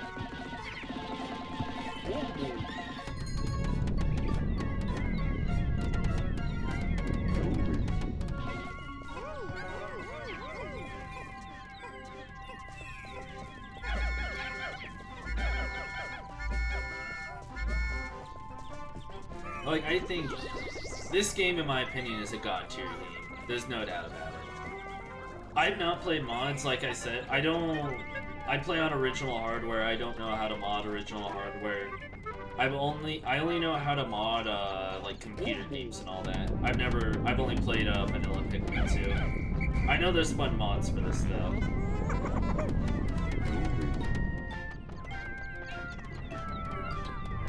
I want to stand back so I actually get the poison. I know there's this, was it the 7th Pikmin mod, which is just a bunch of pick carrots. There's a lot of fun mods in this one.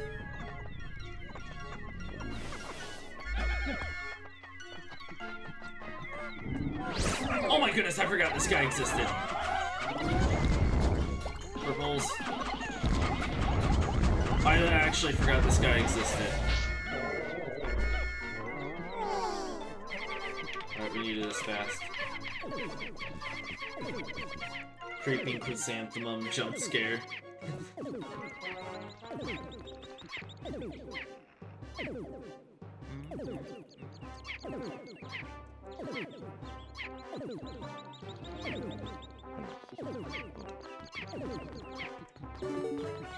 Now we gotta get this back. Just put them all on it, why not?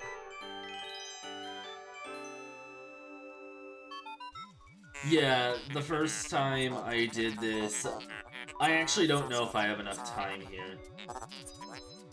My thoughts are, once you get to the 3rd area, you're pretty much, you can do whatever. That's kind of where the game just says, get yellows, do whatever the heck you want.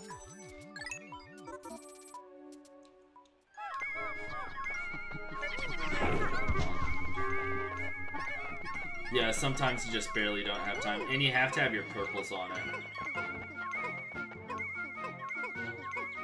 That's probably the worst part. I want to whistle some of them back.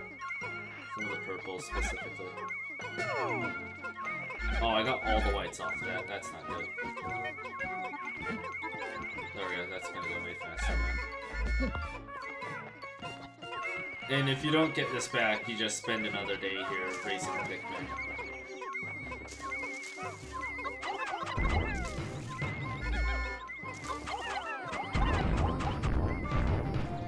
I think I should have enough time.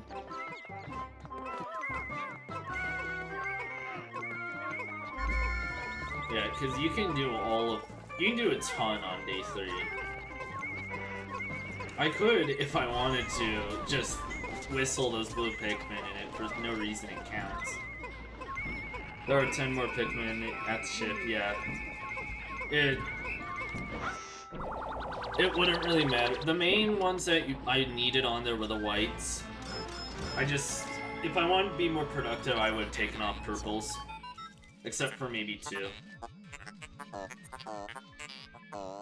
Oh, I didn't know you could 100% this area. I know, this is usually how I do it. Like, including all of the, caves. Because I know you can get blue Pikmin. You can get them early. I know you can get the ointment from the Bulblax Kingdom. Wow. I did not know that. I'd like to add, I've not speedran any Pikmin game.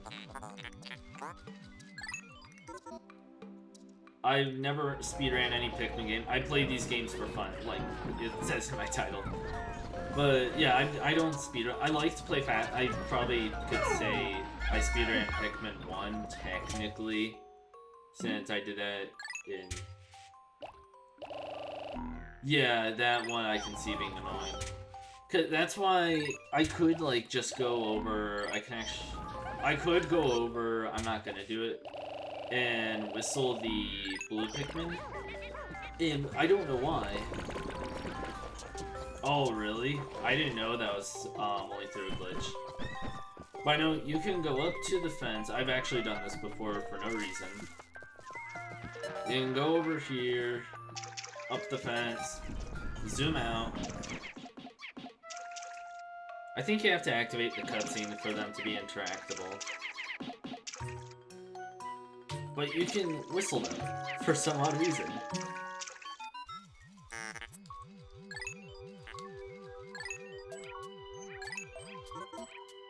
I don't know who it is that thought. Did you just try to attack me during the cutscene? Where are you? I don't know who thought you should be able to whistle them through the gate, but you can.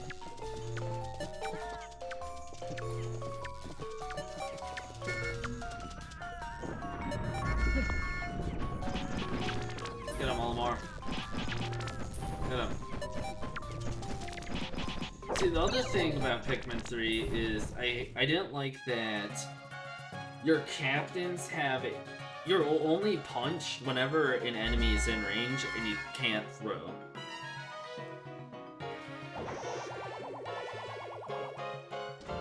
Yeah. Well, wait, was Pikmin New Game's controls? I thought Pikmin was originally released on the Wii. Or Pikmin 2, not Pikmin 1. Pikmin 1, I know you can still whistle farther, but there's not really any pros in that one, to my knowledge, since all the Pikmin are by default in the ground.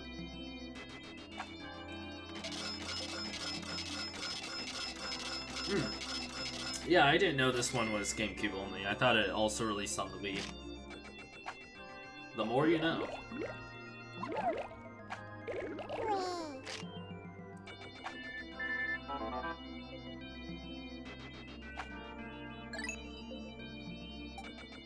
Yeah, this is my favorite one out of them all. Like, there's just so much to it.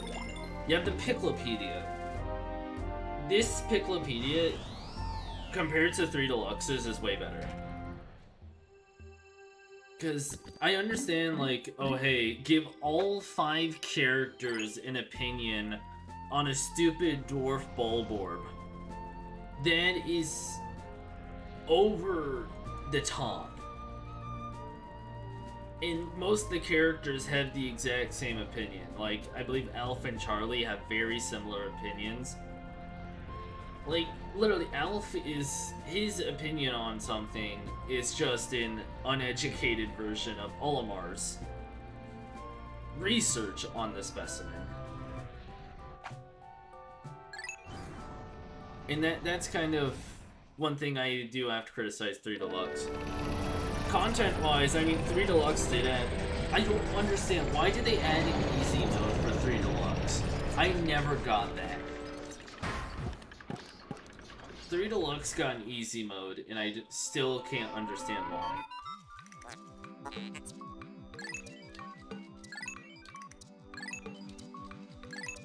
See, this area would be way... yeah, for the kids, I guess.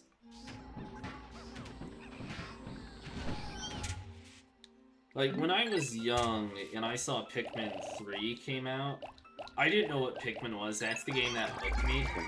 But I didn't go and actually buy Pikmin 3. I went and bought Pikmin 1. And I think I got the medium ending on my first playthrough. Like, I have no idea what I was doing. The game, like, that's why I play games like Resident Evil. I like to compare that a lot to this. Because the original Resident Evils are somewhat like this, where they don't give you a lot of instructions. You're off on your own, screw the player, is what the games tell you.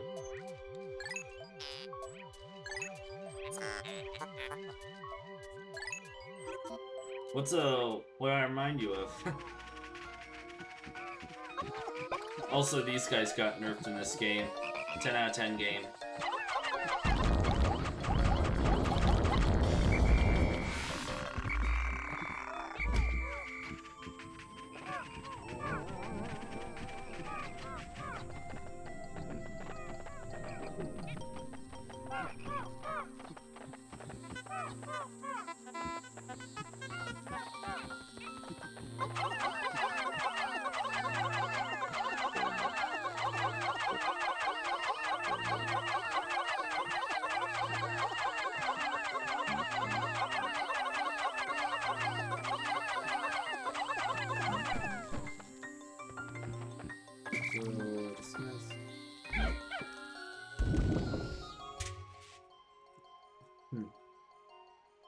Really?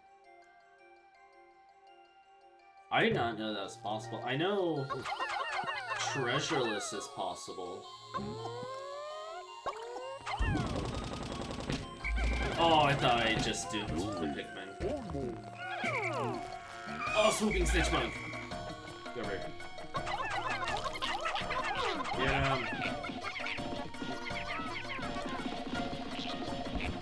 I'm pretty sure it is. You can bring them there if you like bring them here and whistle them, then go there. Cause let me pause it. The only requirement to enter a dungeon or a cave is to have them in your squad. I think you could just like leave them. Hold on, let me go to the map. Oh, I did not know that. Okay. That makes a lot more sense on why it's impossible. Oh, I thought you whistled that. Did the purple not go up there? There we go. Yeah, I actually want, casually, I want to do a deathless run of this. Actually, yeah, now that you're talking about it, I think I have actually tried to bring purples. Because if you can bring purples early in there, it's pretty much overpowered this crap. I think this is another point I want to use. This guy is a death wish, I swear. Yeah. It would definitely break Submerged Castle. And it's also like the only dungeon in the game to have a water be where your base is. Would be another explanation. Did I not grab whites? I actually did not grab whites. What am I doing?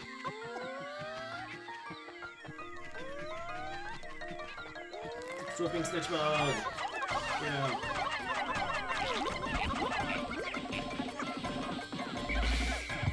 Alright, blowhog.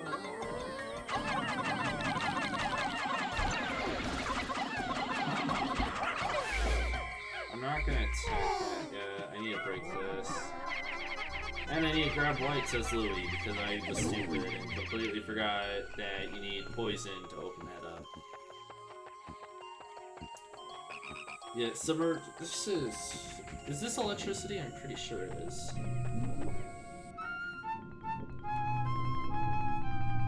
Yeah, submerge castle. It's interesting.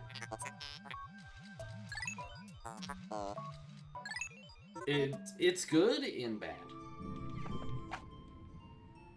Yeah, this has electricity.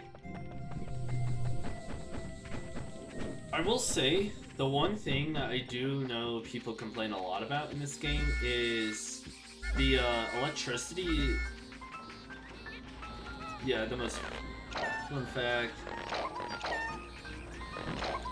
Oh, I did not know that. That's very interesting. Let me just get all the whites out.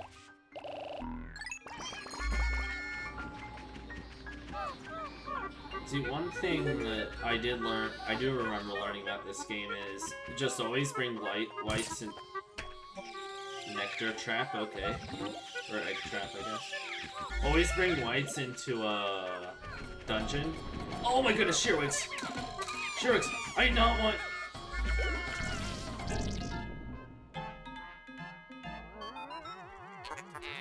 So I forgot these enemies appear here.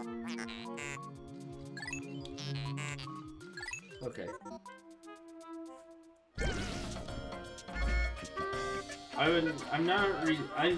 The only time I would like to reach, just run past them, guys. Who died? It's a red.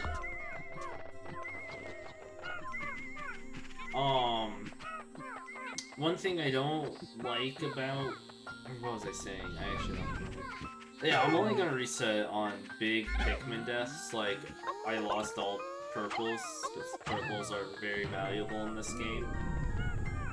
Unless you go for the stupid wait and Wistful Wilds. I need to do other things in the meantime, because there's nothing really I can do.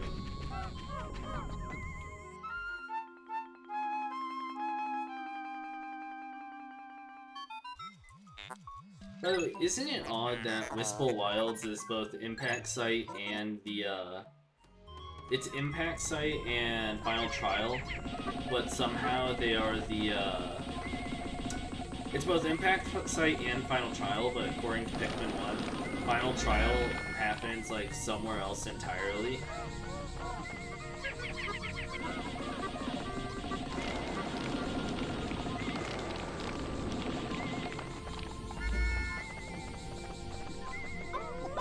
It's something interesting that I just thought of when I was doing Pikmin 1.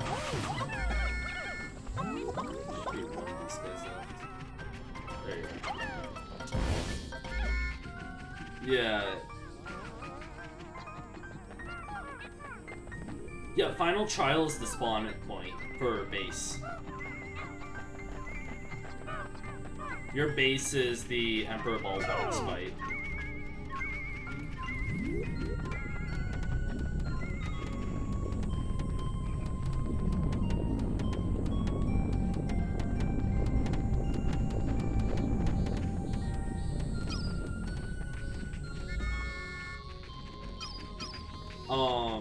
Yeah, so it's like going in the opposite order. You start in the Emperor Ballblack's fight, and you go backwards to the Impact Site.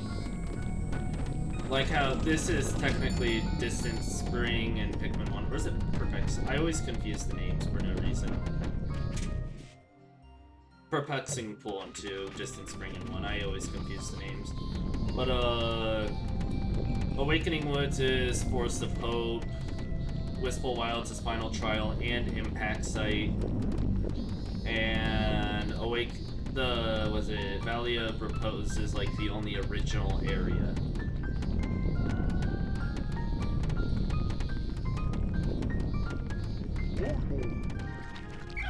Oh my goodness, I was not paying attention. You stupid worm.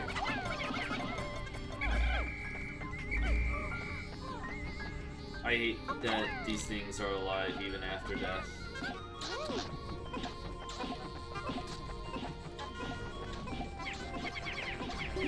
Get him.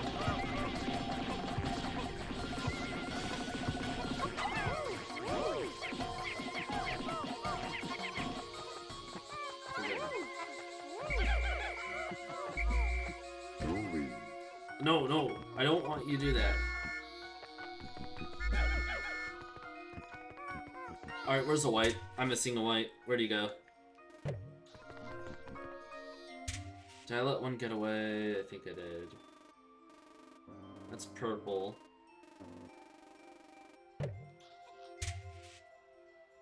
How did a white die? Am I stupid? How did I lose a white? Okay.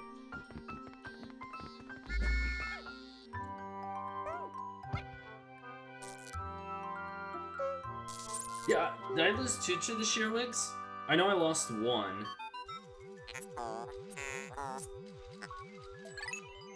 Yeah, it was probably 2.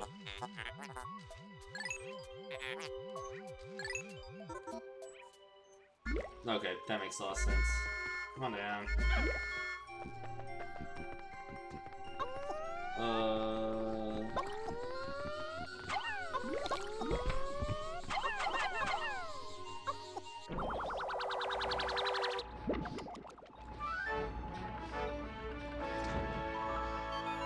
If this game got a re-release on Switch, it would be... I would actually probably pay for it. So, I actually owned the disc of this, but then I'm trying to remember what happened. I believe it got scratched in a move, so I just bought the digital version on the Wii U shop.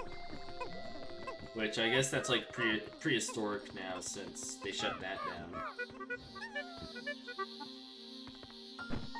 What? There's 13 of you. I can't carry this.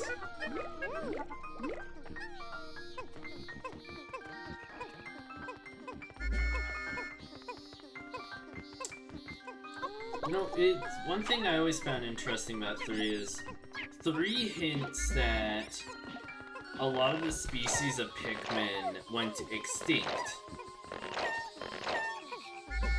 Or, because blue, winged, and I believe that's it, went extinct according to 3.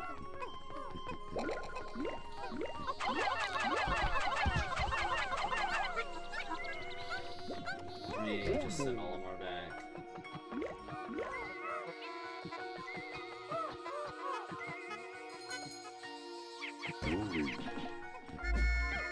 I don't think I'm gonna get to Glutton's Kitchen, unfortunately.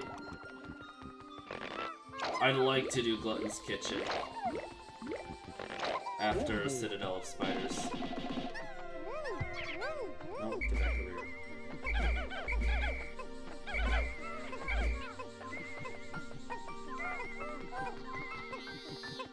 I'm gonna put reds away and then get a bunch of yellows out.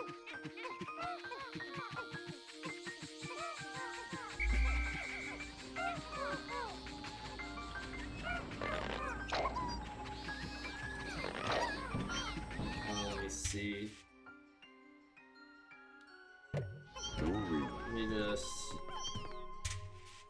I have 21. I need to put 21 reds away.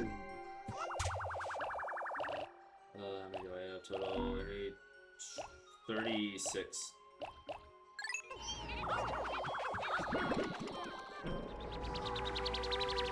Yeah, that's my Discord. Currently the only people there are my moderators. You can go there if you want to. The main reason I have it right now is just for notifications on Discord and just really to chat and ask for your opinions. Ultra Bitter Spig. This is... There's like one mandatory use I remember using that for. What am I missing? Do you produce more? I have 100. They increase how many Discord servers? I think they did at some point. You put 10 more in here. What am I at? 43. Oh, I whistled them. That probably explains a lot. They probably did increase the number though. Let me get all the yellows out. Now that I think about it, there's really no point in me getting out all the yellows, but I might as well.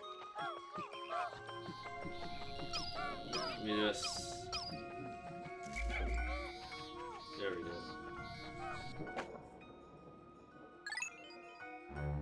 I hope they patch that in Pikmin 4. That's a little cheap, if you ask me.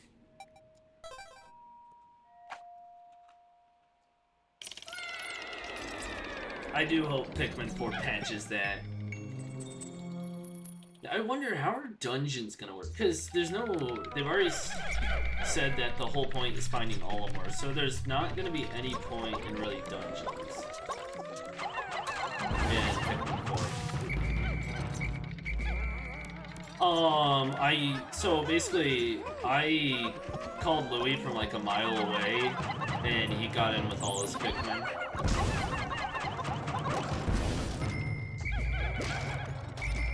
That's the main thing you missed. Oh, yeah. Look at that. In Pikmin 1, that's like impossible to do. Get every Pikmin in there. You can do some checks, like, you can do the distance checks for when Pikmin give up. You can do that distance check. Like, if I put a purple there, whistle in, and then do this, he gives up eventually. You can do the same check as that, and that can pretty much be your whole patch. But yeah, in this old game, that's not possible to patch.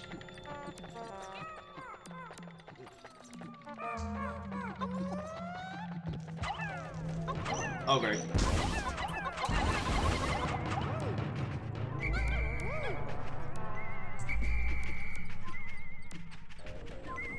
Get him. Oh yeah, I forgot like the #1 rule for sheer grubs and sheerwicks. Don't swarm them anymore. I guess get rid of it.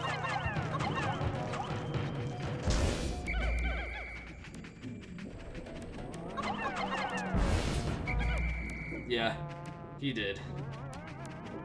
That's kind of... Dude, Pikmin 3 purples are so underpowered. Like, in the mission mode, were Pikmin 3 in... were purples and whites in Olimar's mode? I don't think they were. I don't remember though. But like, they're so underpowered in that game. Like, what was it? They removed the stun. They removed the damage bonus. They don't deal times 10 damage in Pikmin 3. Yeah, they were useless for combat.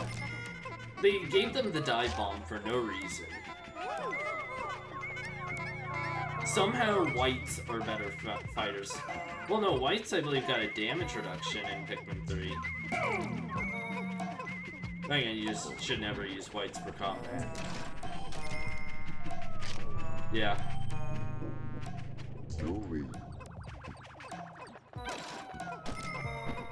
I agree. Purple Pikmin are just a joke, and they're a joke in Pikmin 3.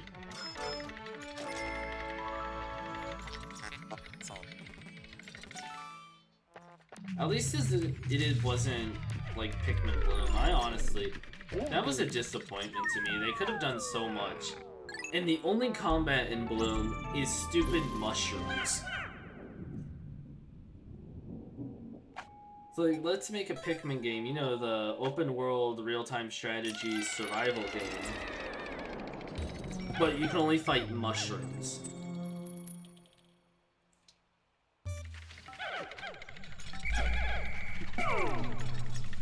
Give me roots.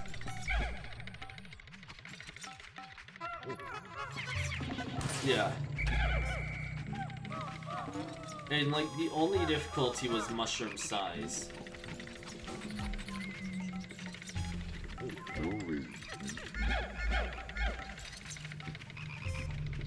Hi, Wallywog.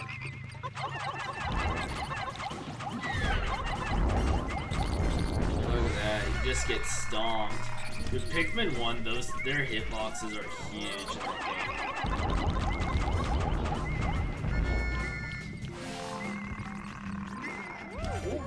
No, don't carry that, don't carry that. Like, Pikmin 1 Wallywogs are so overpowered. I have not done Ball Black's Kingdom yet. 1 second, I will be right back.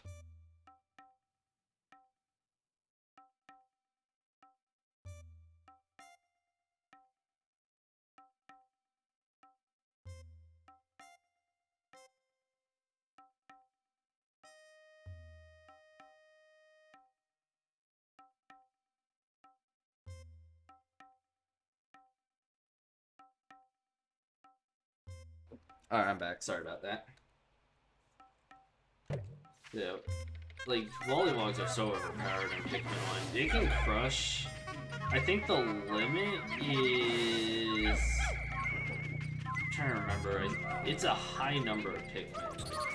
Like, overpowered for no reason.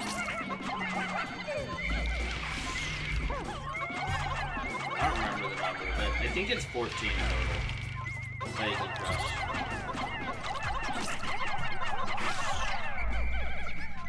And that's basically about all the Pikmin you can get on him before he jumps.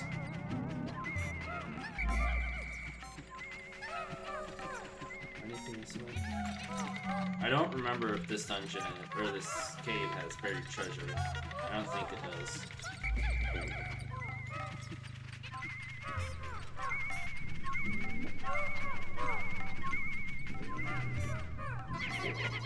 Let's do this. The purples are like the most satisfying thing. Like once you get purples, the gates are nothing. The Pikmin 1 gates that took like 20 years to open.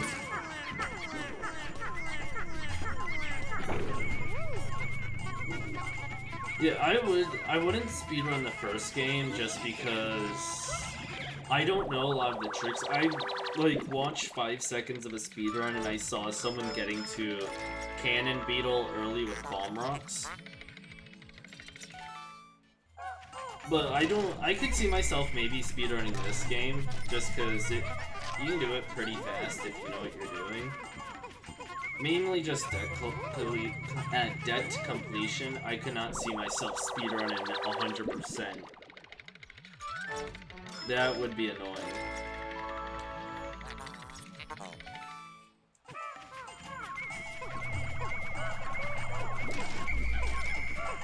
I actually don't remember. Can't you beat this game without technically collecting any treasures starting on day 2, since a Merchant's Cave... Yeah, oh, that takes forever.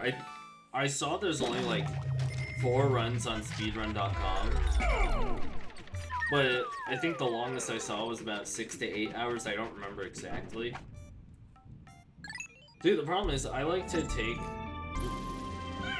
Yeah, you can't... Well, technically you can do the debt without treasure. You can't do the full game because the full game would be 100% all treasure, which kind of sucks in my opinion. Then again, though, this game is actually that good that it's worth 100%ing.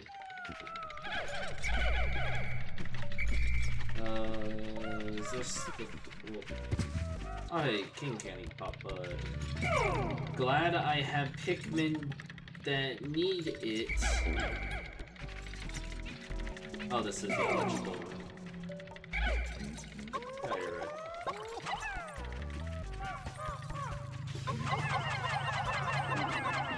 I know purples are overpowered against these, I'm just not risking it.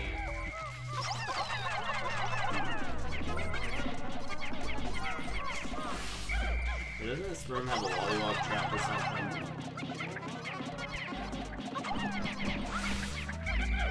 I remember this room having a trap, I don't remember what it was.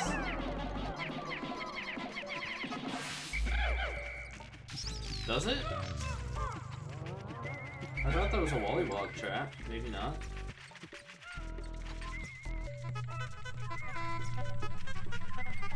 More antenna beetles. That's what it is. Bumbling snitch or swooping snitch bug. Bumbling's the annoying one. That does literally nothing. Mario.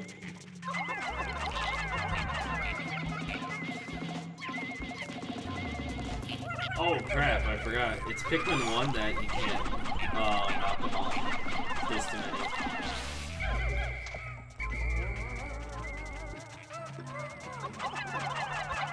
Get him.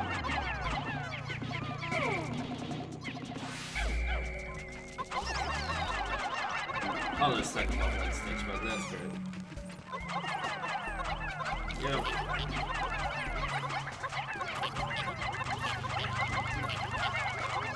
Get off the door, please.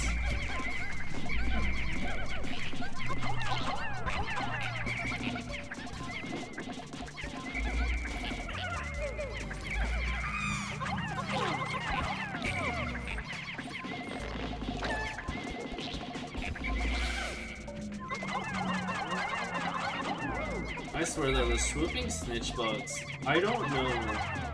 Well, it's not that I don't know. I don't understand why they chose to take the bumbling snitch bugs and combine them with snooping in 3. Or not snooping, swooping in 3. It really makes no sense. Like, that's kind of sad thing is, 3 cuts so many enemies from the game.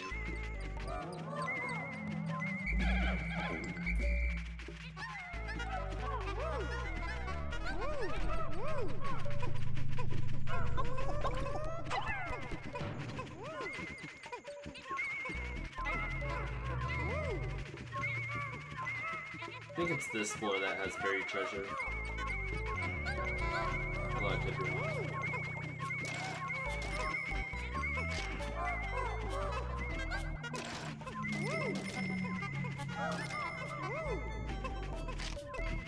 Yeah.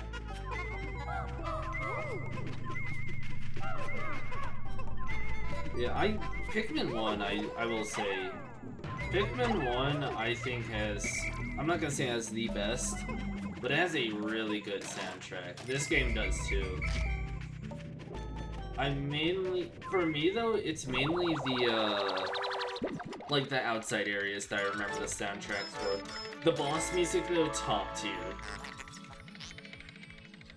The boss music is the best part of this game for me.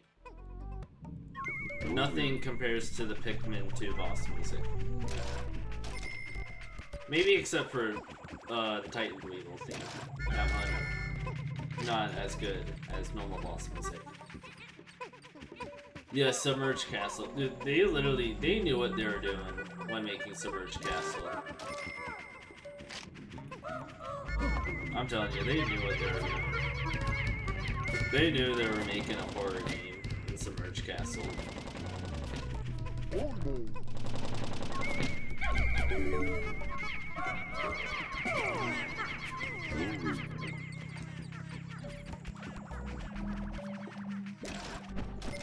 Like, this game has very memorable soundtracks.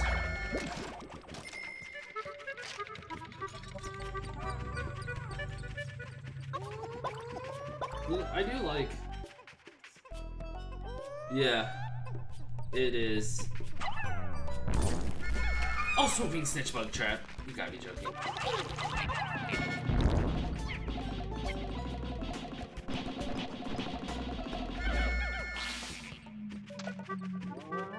Yeah, Submerged Castle does have a good soundtrack. Like, I like the Titan Dweeble soundtrack is another good one. The only problems I really have with it is it's the only soundtrack or boss fight soundtrack that's more just relative to boss, like what the boss is doing. It's not really just, hey, there's a boss nearby, mess him up. Dude, I'm fine with the normal snitch bugs, like, if you can aim right, they're basically dead. But the snitch bug I hate is the bumbling one, because if you don't have both your captains, you literally can't do anything against them.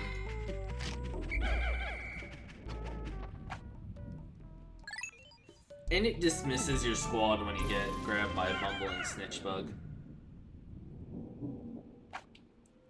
And that's one of the other reasons I like Pikmin 2, because later on you go on and it's like this whole thing of, here's a series of enemies, we're gonna throw in a spotty bullbear, and then here's a bumbling snitch bug. They do a lot of that in this game.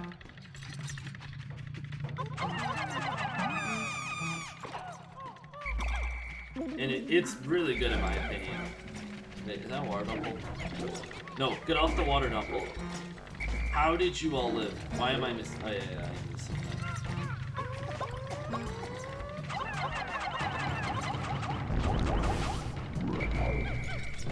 Yep. Yep. I know, usually what I would do is, in the later levels, I would go around with like a single white Pikmin, or like a single Pikmin type. You just hold it, run around through the entire cave, just to trigger all the traps.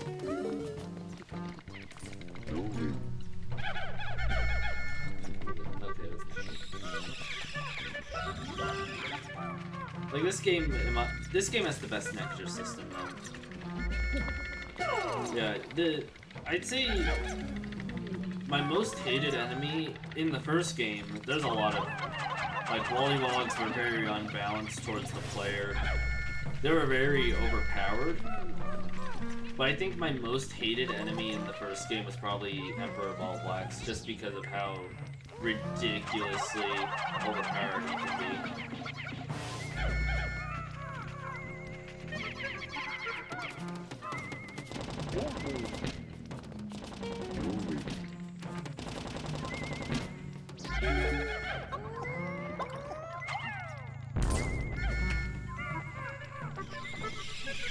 Come on, go over there.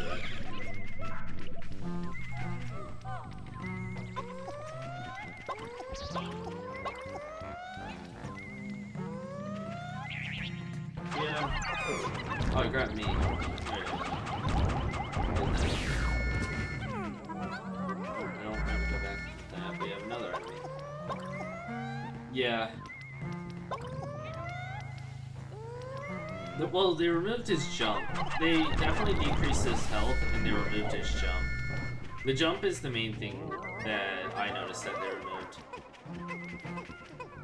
That Emperor Ballblacks was the only enemy in the first game to actually have no, like, kill count. Like, he wasn't restricted to how many Pikmin he could kill. While in the second game, I think they... Oh, he still jumps. Oh, then I think it mainly just they limit how many Pikmin he kills in the second game. I don't know, I always get the quick kills on him with purples, so I don't really know about his changes too much.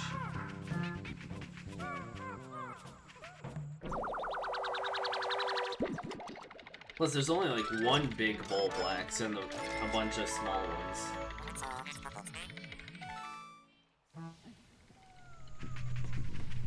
Which, it's a neat idea, have a bunch of small versions of like the final boss of the first game.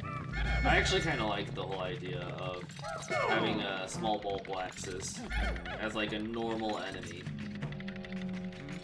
It also kind of backs up the whole idea of, you know, there being multiple Emperor Ballblacks.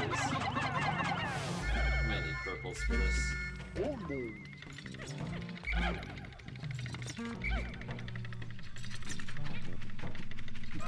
Yeah, Bullbears in this game are... Pikmin 1, I think their limit was 30 Pikmin. If I remember correctly. But in this game I think they lowered or removed that limit, but they made it worse. See, I am glad that Pikmin 3 chose to go with somewhat the Pikmin 2 Bullbear concept of them just being enemies that like free roam and aren't nocturnal.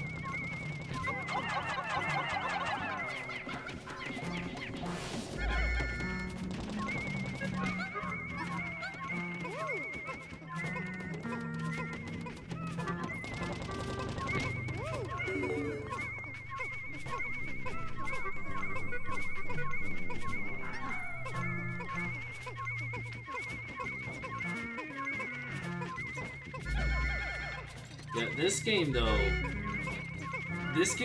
I will say is a lot more responsive compared to Pikmin 1. Like, as in control-wise, like I press A, and in Pikmin 1 it only registers like half the time. And it's not my controller. I know some people just say, oh, that's just your controller. But I have like 3 Wii remotes and it does the same on all three of them.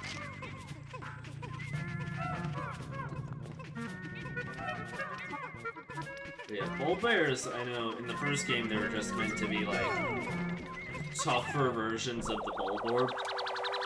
But this game really took it a next step up. Like, could you imagine Perplexing Pool, but... Or you know, Pikmin 2's version of it, but there's as many spotty bears as there were in the original. The game is impossible. Yeah. Something I would actually like to try is I would love to mod in an enemy randomizer for this.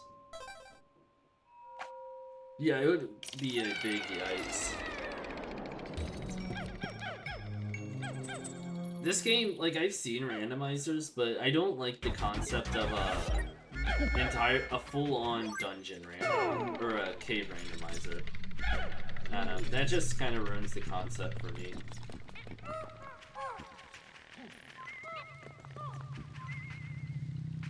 Well, let's see, can I do this with no losses? Oh yeah, you can't kill on entrance in this one. That's only in Pikmin 1 you can kill on entrance.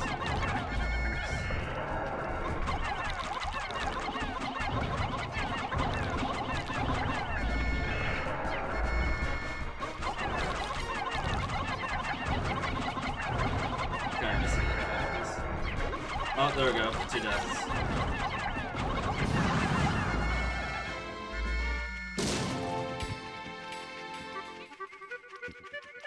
Yeah, I don't like the enemy randomizers though.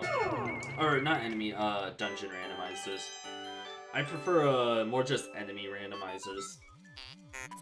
Cause it kinda ruins, to me it kinda ruins the whole point of like, you just go on for a really long time, then you just, whenever you want, you quit, and then go to the next floor if you don't feel like continuing it, all that stuff, but in enemy randomizer, like, that could be Empress Ballblacks or something, you know, a different big boss. It's still the main game, all the treasure is still the same. It's just an interesting concept. I'd have to research if there are any randomizers that are like that. And I'd also need to learn how to mod the Wii U. Yeah.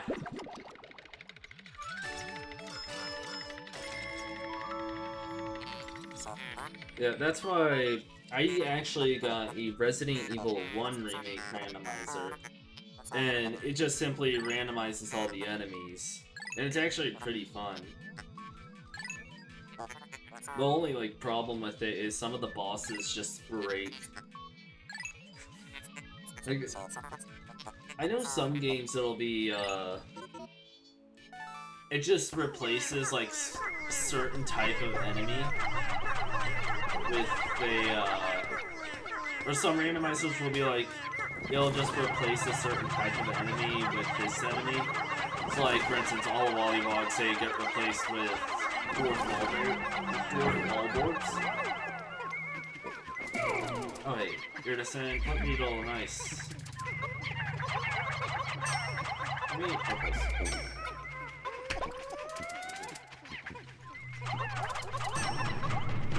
Ooh, nice potion. My thoughts are just, the best randomizer is a full-on, every enemy is different. Alright, let's see, can I get the dupe this time?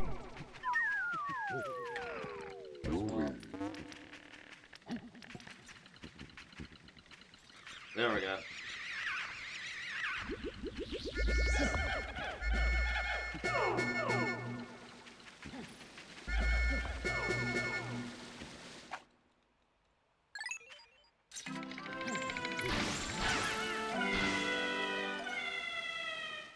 Now, let's see if I will be able to get to Glutton's Kitchen in time.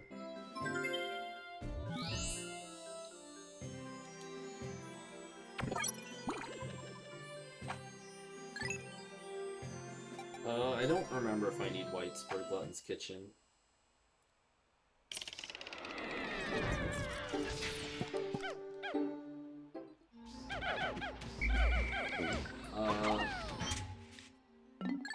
What do you mean I only have, I only have 4 in there. Yeah, it's Steve's 20. Magically, the yellow onion is here. Let's go. Alright, let's see. Do I get to Glutton's Kitchen this day? That would be huge if I did.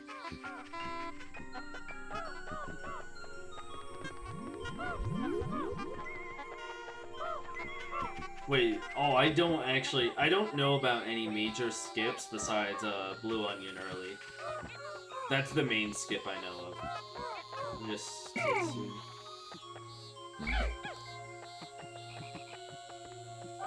We're gonna go up to gate. There we go. And now just kind of sit over there and wait.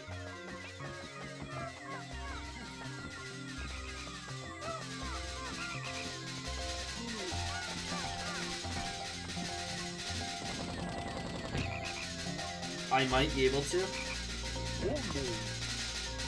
we do this sometime?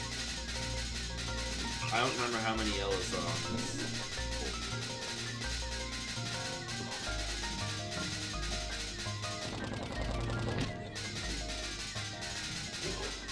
Yeah, I think I get this. Maybe? Yeah, I think it's 30 actually, because I lost yellows to BD Longlegs.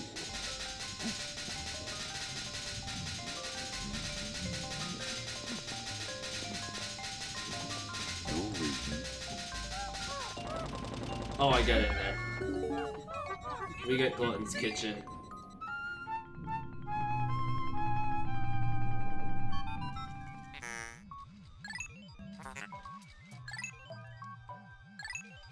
This is... I don't know why, I always see Glutton's Kitchen as like more of a relaxation, cave and not much of a... Here's a bunch of spiders, or here's a bunch of bulborbs.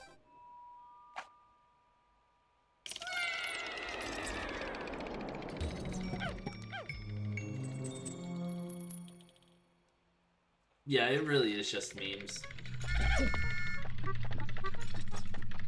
Let me take the purples. I don't know why, but there's somehow always one random guy that gets in after I dismiss. And of course... Oh crap. Oh yes. The one thing I don't like about purples is they stick on to small enemies whenever you crush them. Only Pikmin to do that.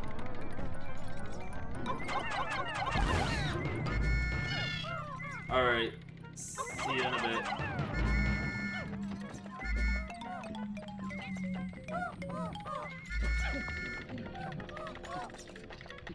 Good yellows.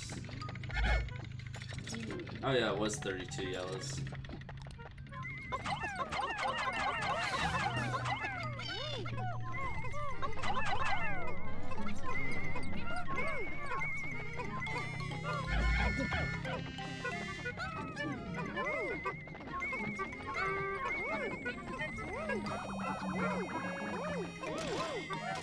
Get in there.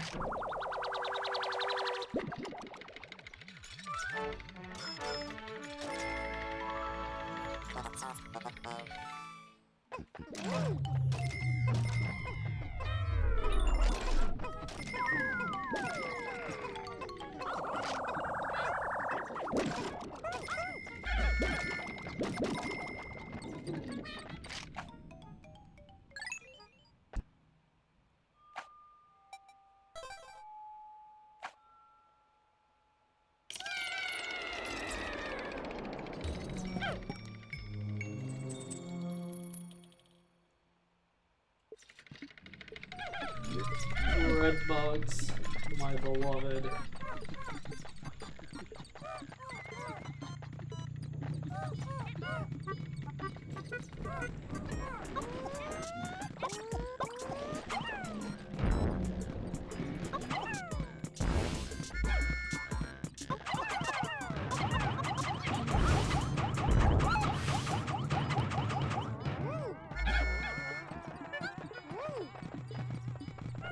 Oh, that's right, you can't stop them from taking this.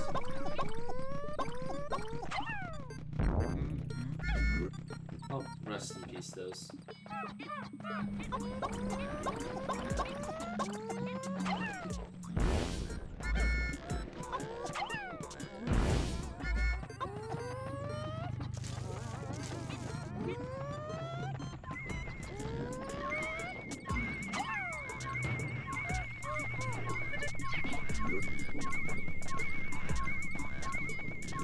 Bro, he's looping the Pikmin. There we go.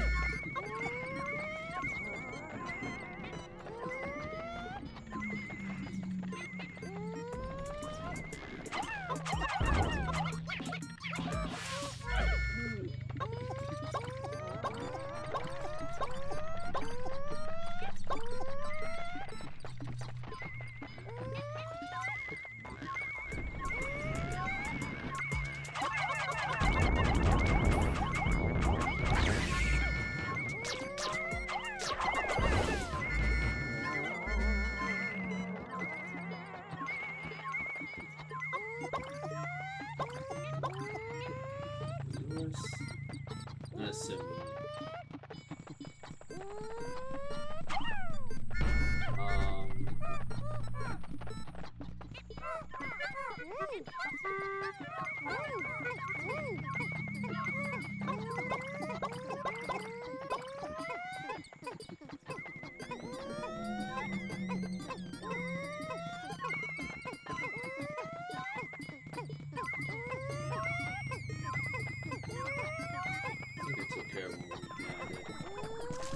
You put that. Put that. No, stop doing that. Oh, wait, purples actually take that.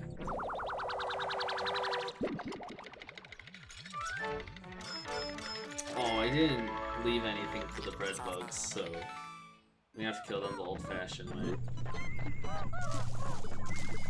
Yeah, I think I am.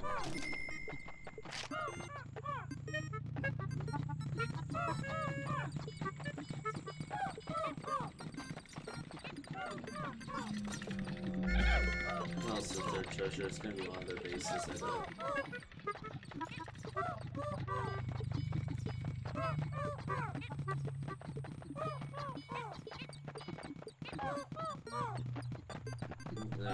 It's gonna be one of their bases, I guarantee you. This one? It's this space, isn't it? Yep. I need to find the owner of this space now.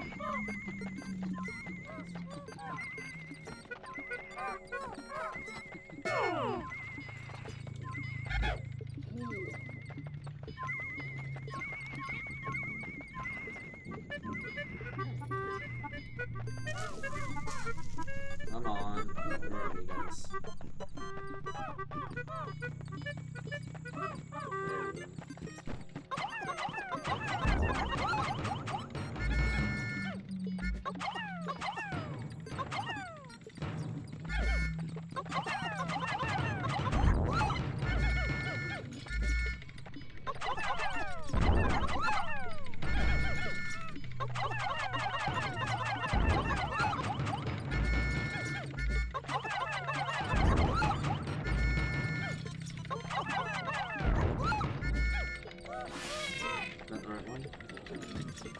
There we go. That was.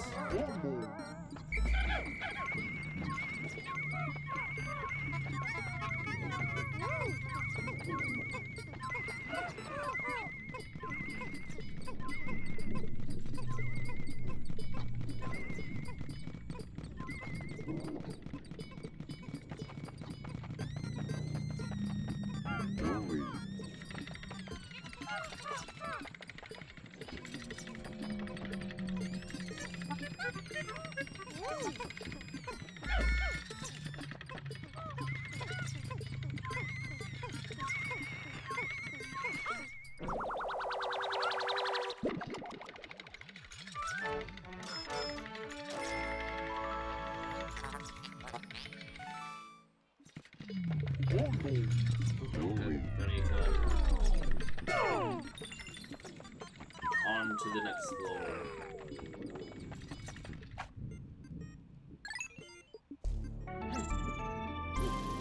I don't actually remember if there are purple candy poplets in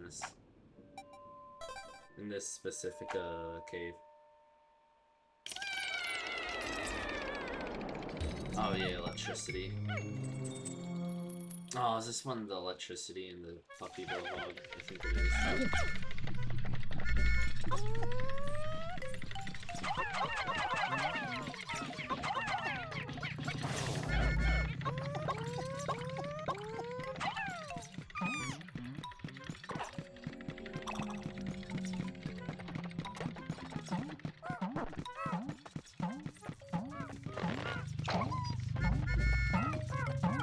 Oh, it is the puppy blowhog one.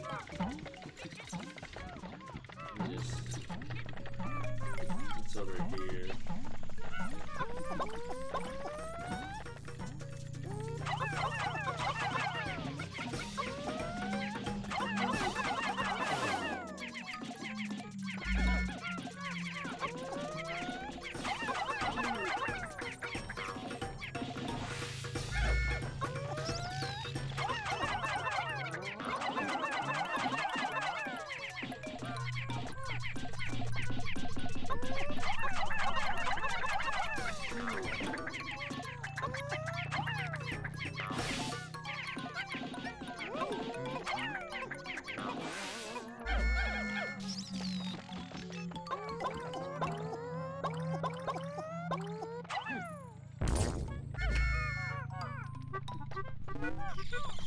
Wait, eggs can regen health?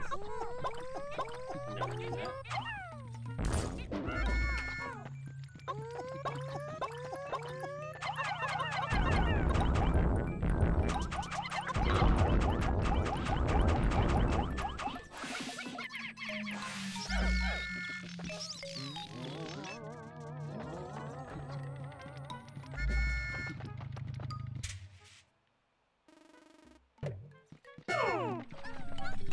Oh, yeah.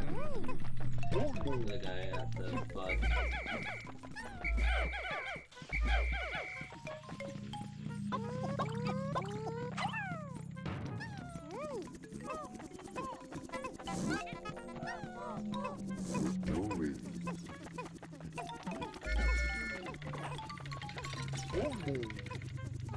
Alright, red bug.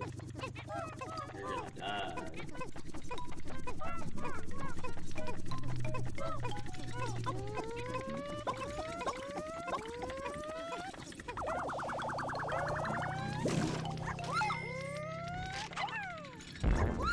Oh, great, he's here.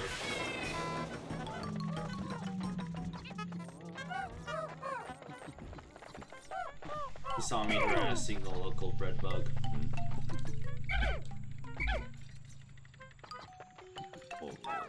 Over here, please, sir.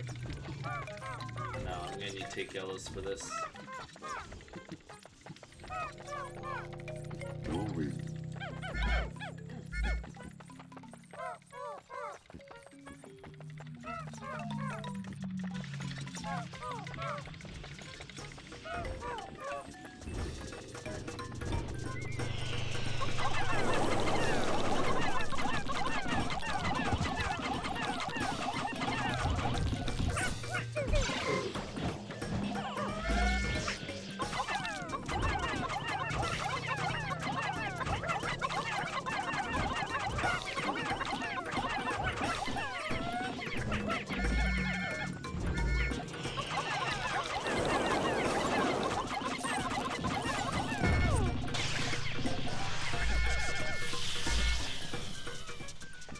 Where's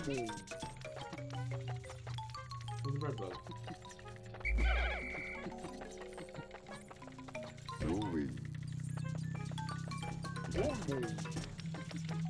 Okay, I guess he didn't go this way. Oh, there he is.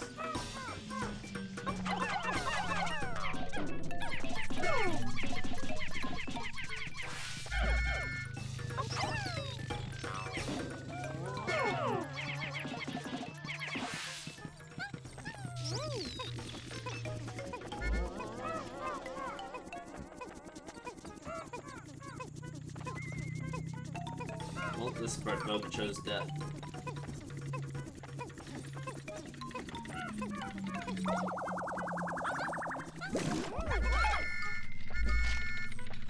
enemy's stupid enough.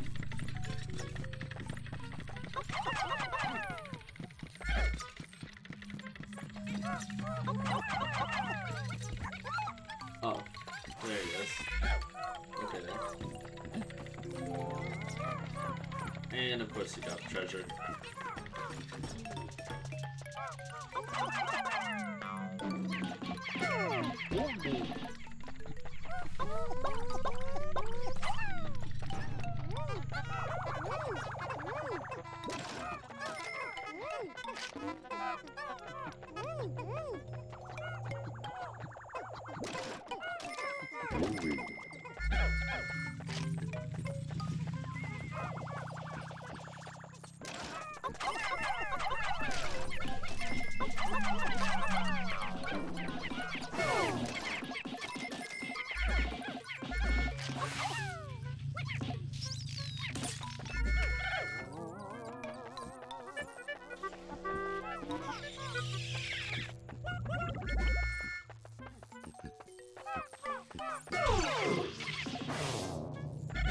I'm taking so much damage from electricity.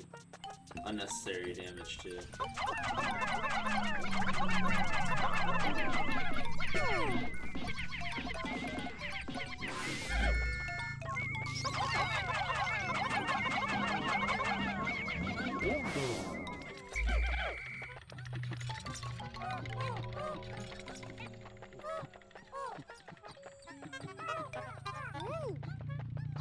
You take that. Wait, you can go on top of this? I never knew you could go on top of this. That's amazing.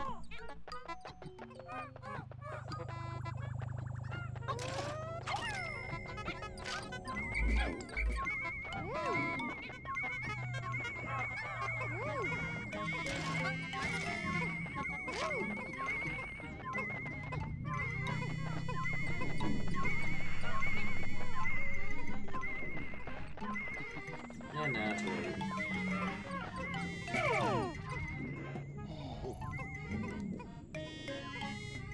to wait.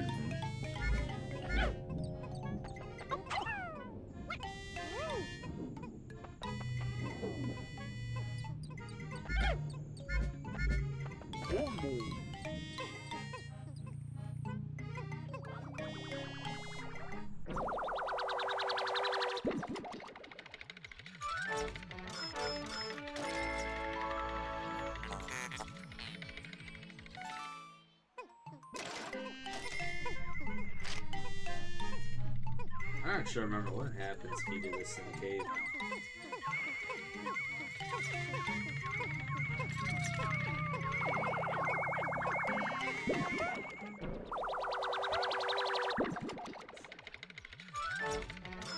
Nice.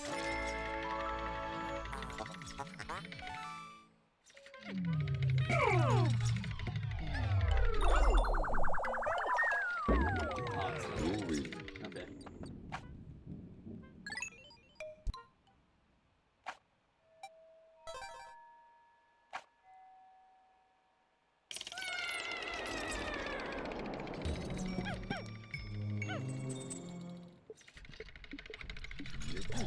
So this is Spotty Boulder.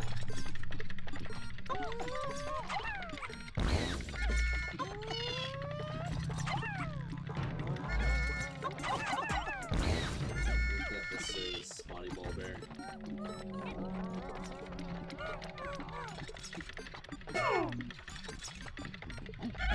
Just in case. There he is.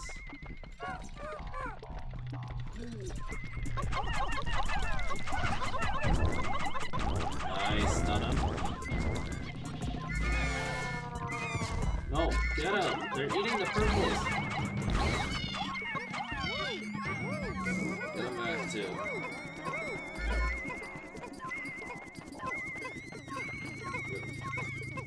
Where are my purples?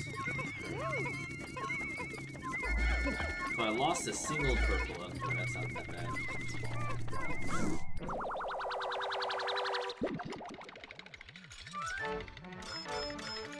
Yoo-hoo cola. Nice.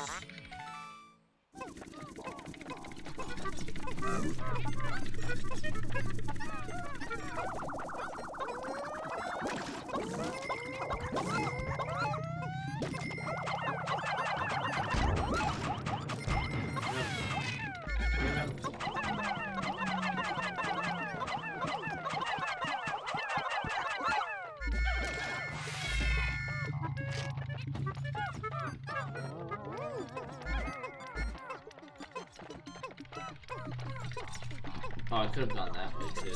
That's where the bridge is. Three yellows. I saw a bunch of electricity. There's still a bread bug around. No, no, no.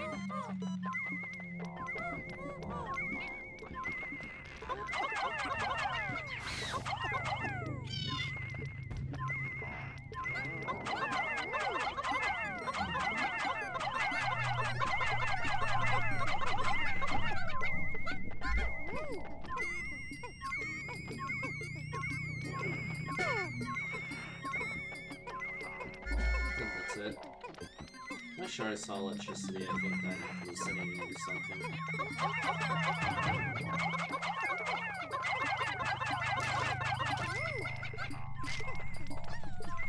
There we go.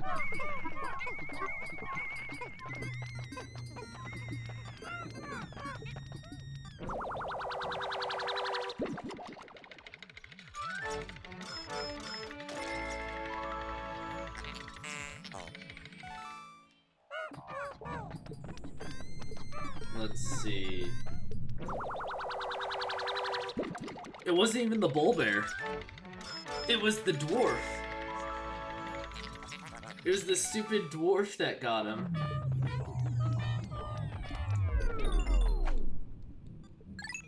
It was because the bread bug ran in front of the bull bear after I killed it, and then the stupid dwarf grabbed a purple.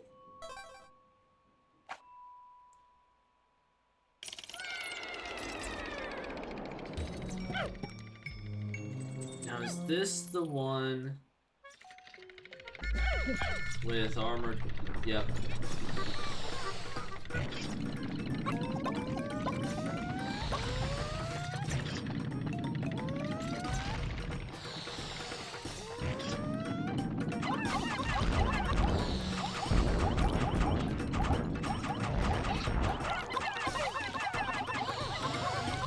Okay, I was actually kind of concerned there. Yeah. Because any small one that chooses to follow it is very annoying, because they follow it indefinitely.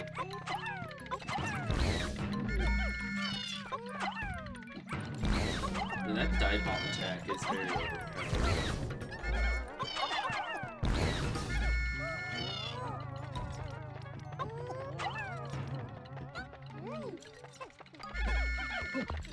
That's not the only one, right? Yeah, I don't think so.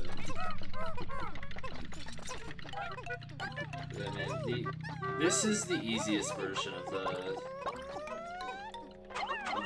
Spotty Bull Bear. Like, was it Frontier Cavern and Dream Den, I think, are the other two with them? If I'm correct, I don't actually remember. I know Frontier Cavern does. It's Dream Den. Dream Den, I'm not sure about.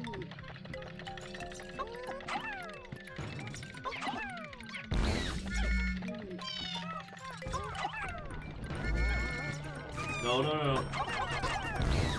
Go, go. We gotta go.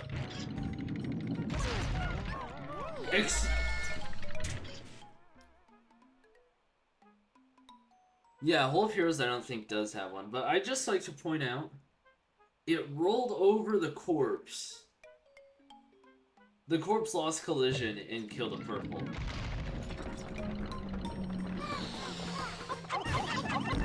Spawn him, please.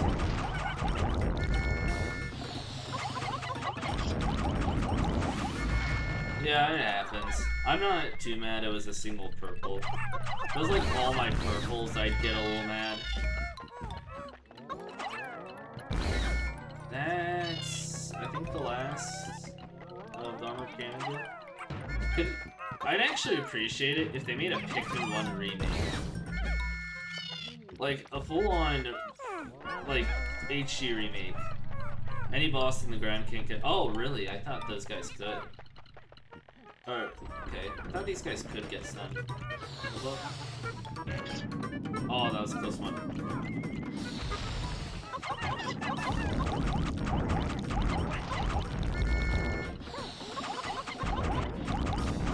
Because I've seen decorated ones. Yeah, leaf purples do go crazy. I've seen the decorated ones get stunned. Yeah. Do your job. Alright, it's all just loot now. Yeah, leaf purples, like... Pikmin 1, really, to me, it's just an option of, do you waste, like, a 10th of your day trying to get flowers? Potentially, because in that one, it's not guaranteed flowers.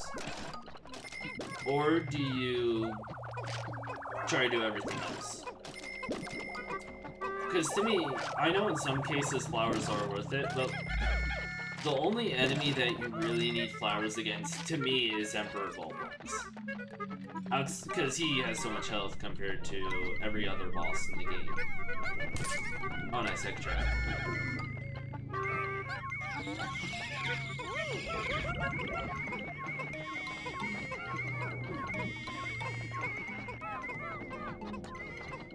But in the first game, yeah, if you're looking for speed, yeah, you just need flowers. But this game, like, Nectar is so, it's everywhere in this game, that you don't really need to worry about it. In the first game, Nectar is so rare. At least for me it is. Because I know you can't get Nectar from the same spot 2 days in a row. And enemies, I think it's a 90% chance to deflower on throw.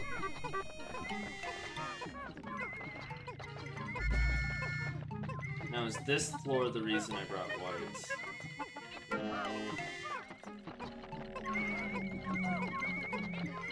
Oh, I did not know that. I know it's a lot harder. Oh, hey, more nectar.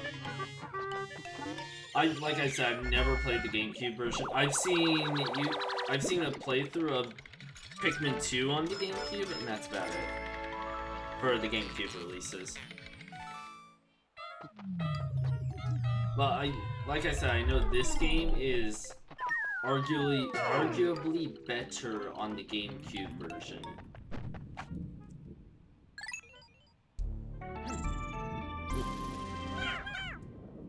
And next should be final floor? Big question mark? Yeah.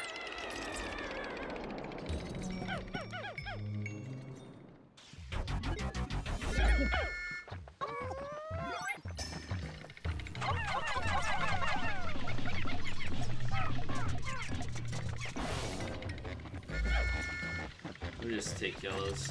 And only yellows. I want to get what he has. Get this. Please. Can I get this ham? Oh my goodness, that's close.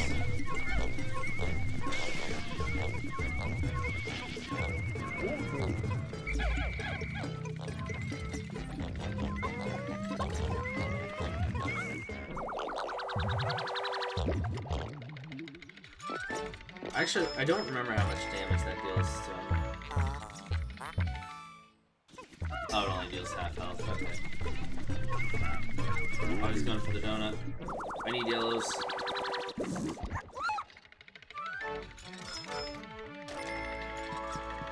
The fact that they can still move after, like, during the cutscene. You, please tell me this.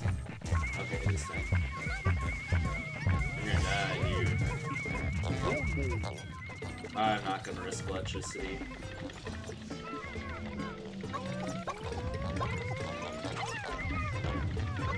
Get him. Okay, I'm not risking that anymore.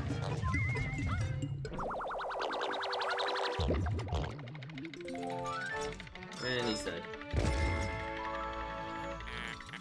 Sweet dreamer. Did I get all the treasure? And then it's just this. Did I get all the treasure in this room?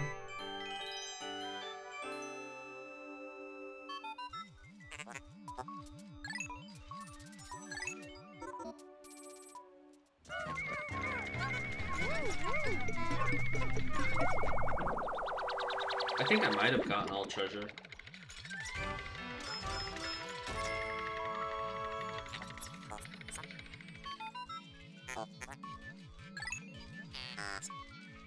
More advance.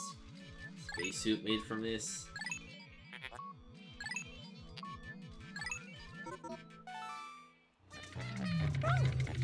Yep, I did speedrun this room somehow.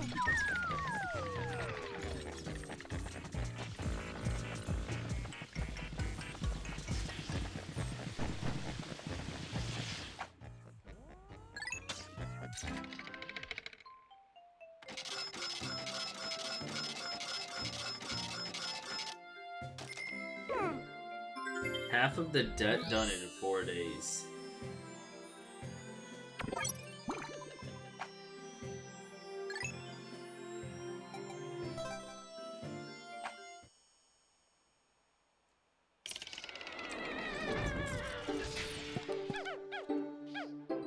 Now I know there's still quite a bit I can do here.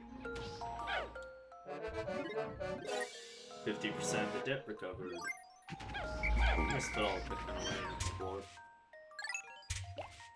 Don't need any more whites.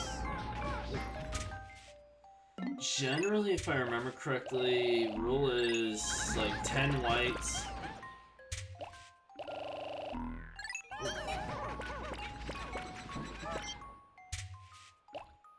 Yeah, 4-day completion, definitely. Of the debt. If you're really fast, you can definitely do a lot of stuff fast. Oh, I could be wrong, but I'm pretty sure you can punch this guy to death. Never mind, I am wrong. I can't reach him. Yeah.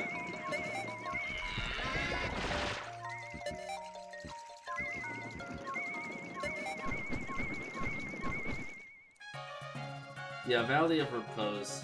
The return trip is... Valley of Repose is probably the one area that I would probably judge for enemy choice. Because it's nice to like decorated cannon beetles and all that, but some of the enemies feel out of place, like the fiery bull blacks. That it really makes no sense why he's there. It kind of just feels like they chose random enemies for there. All the other areas, like Wistful Wilds, you have creeping... Wistful Wilds and the Awakening Woods, you have creeping chrysanthemums, whatever it's called. You have all this stuff that... Yeah, he's there. Yeah, exactly. He's just there to explain why all the snow's gone.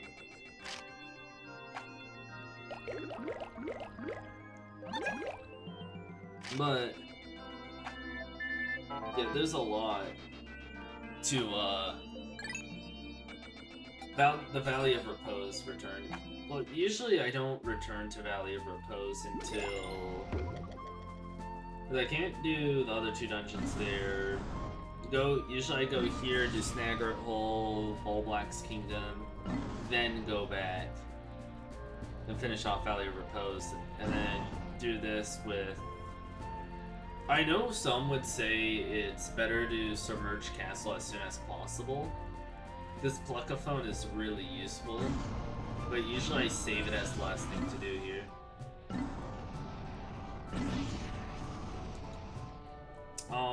Yeah, I think that's gonna be it for a stream today. Stream for about 3 hours, 3.5 hours. This was fun. Thank you for stopping by, Stalix. Hope you all have a good day. Follow if you want to. Discord, you know. Discord and chat. Thank you for the follow, Stalix. Stalix is now watching me Yeah, play see ya. some games for Have fun. a good one. VOD channel if you want to check it out. It's just where I upload all my VODs because Twitch is stupid and don't listen to that, Twitch, but you don't keep VODs for more than 14 days. I will be going now. Hope you all have a great day. Have a good one.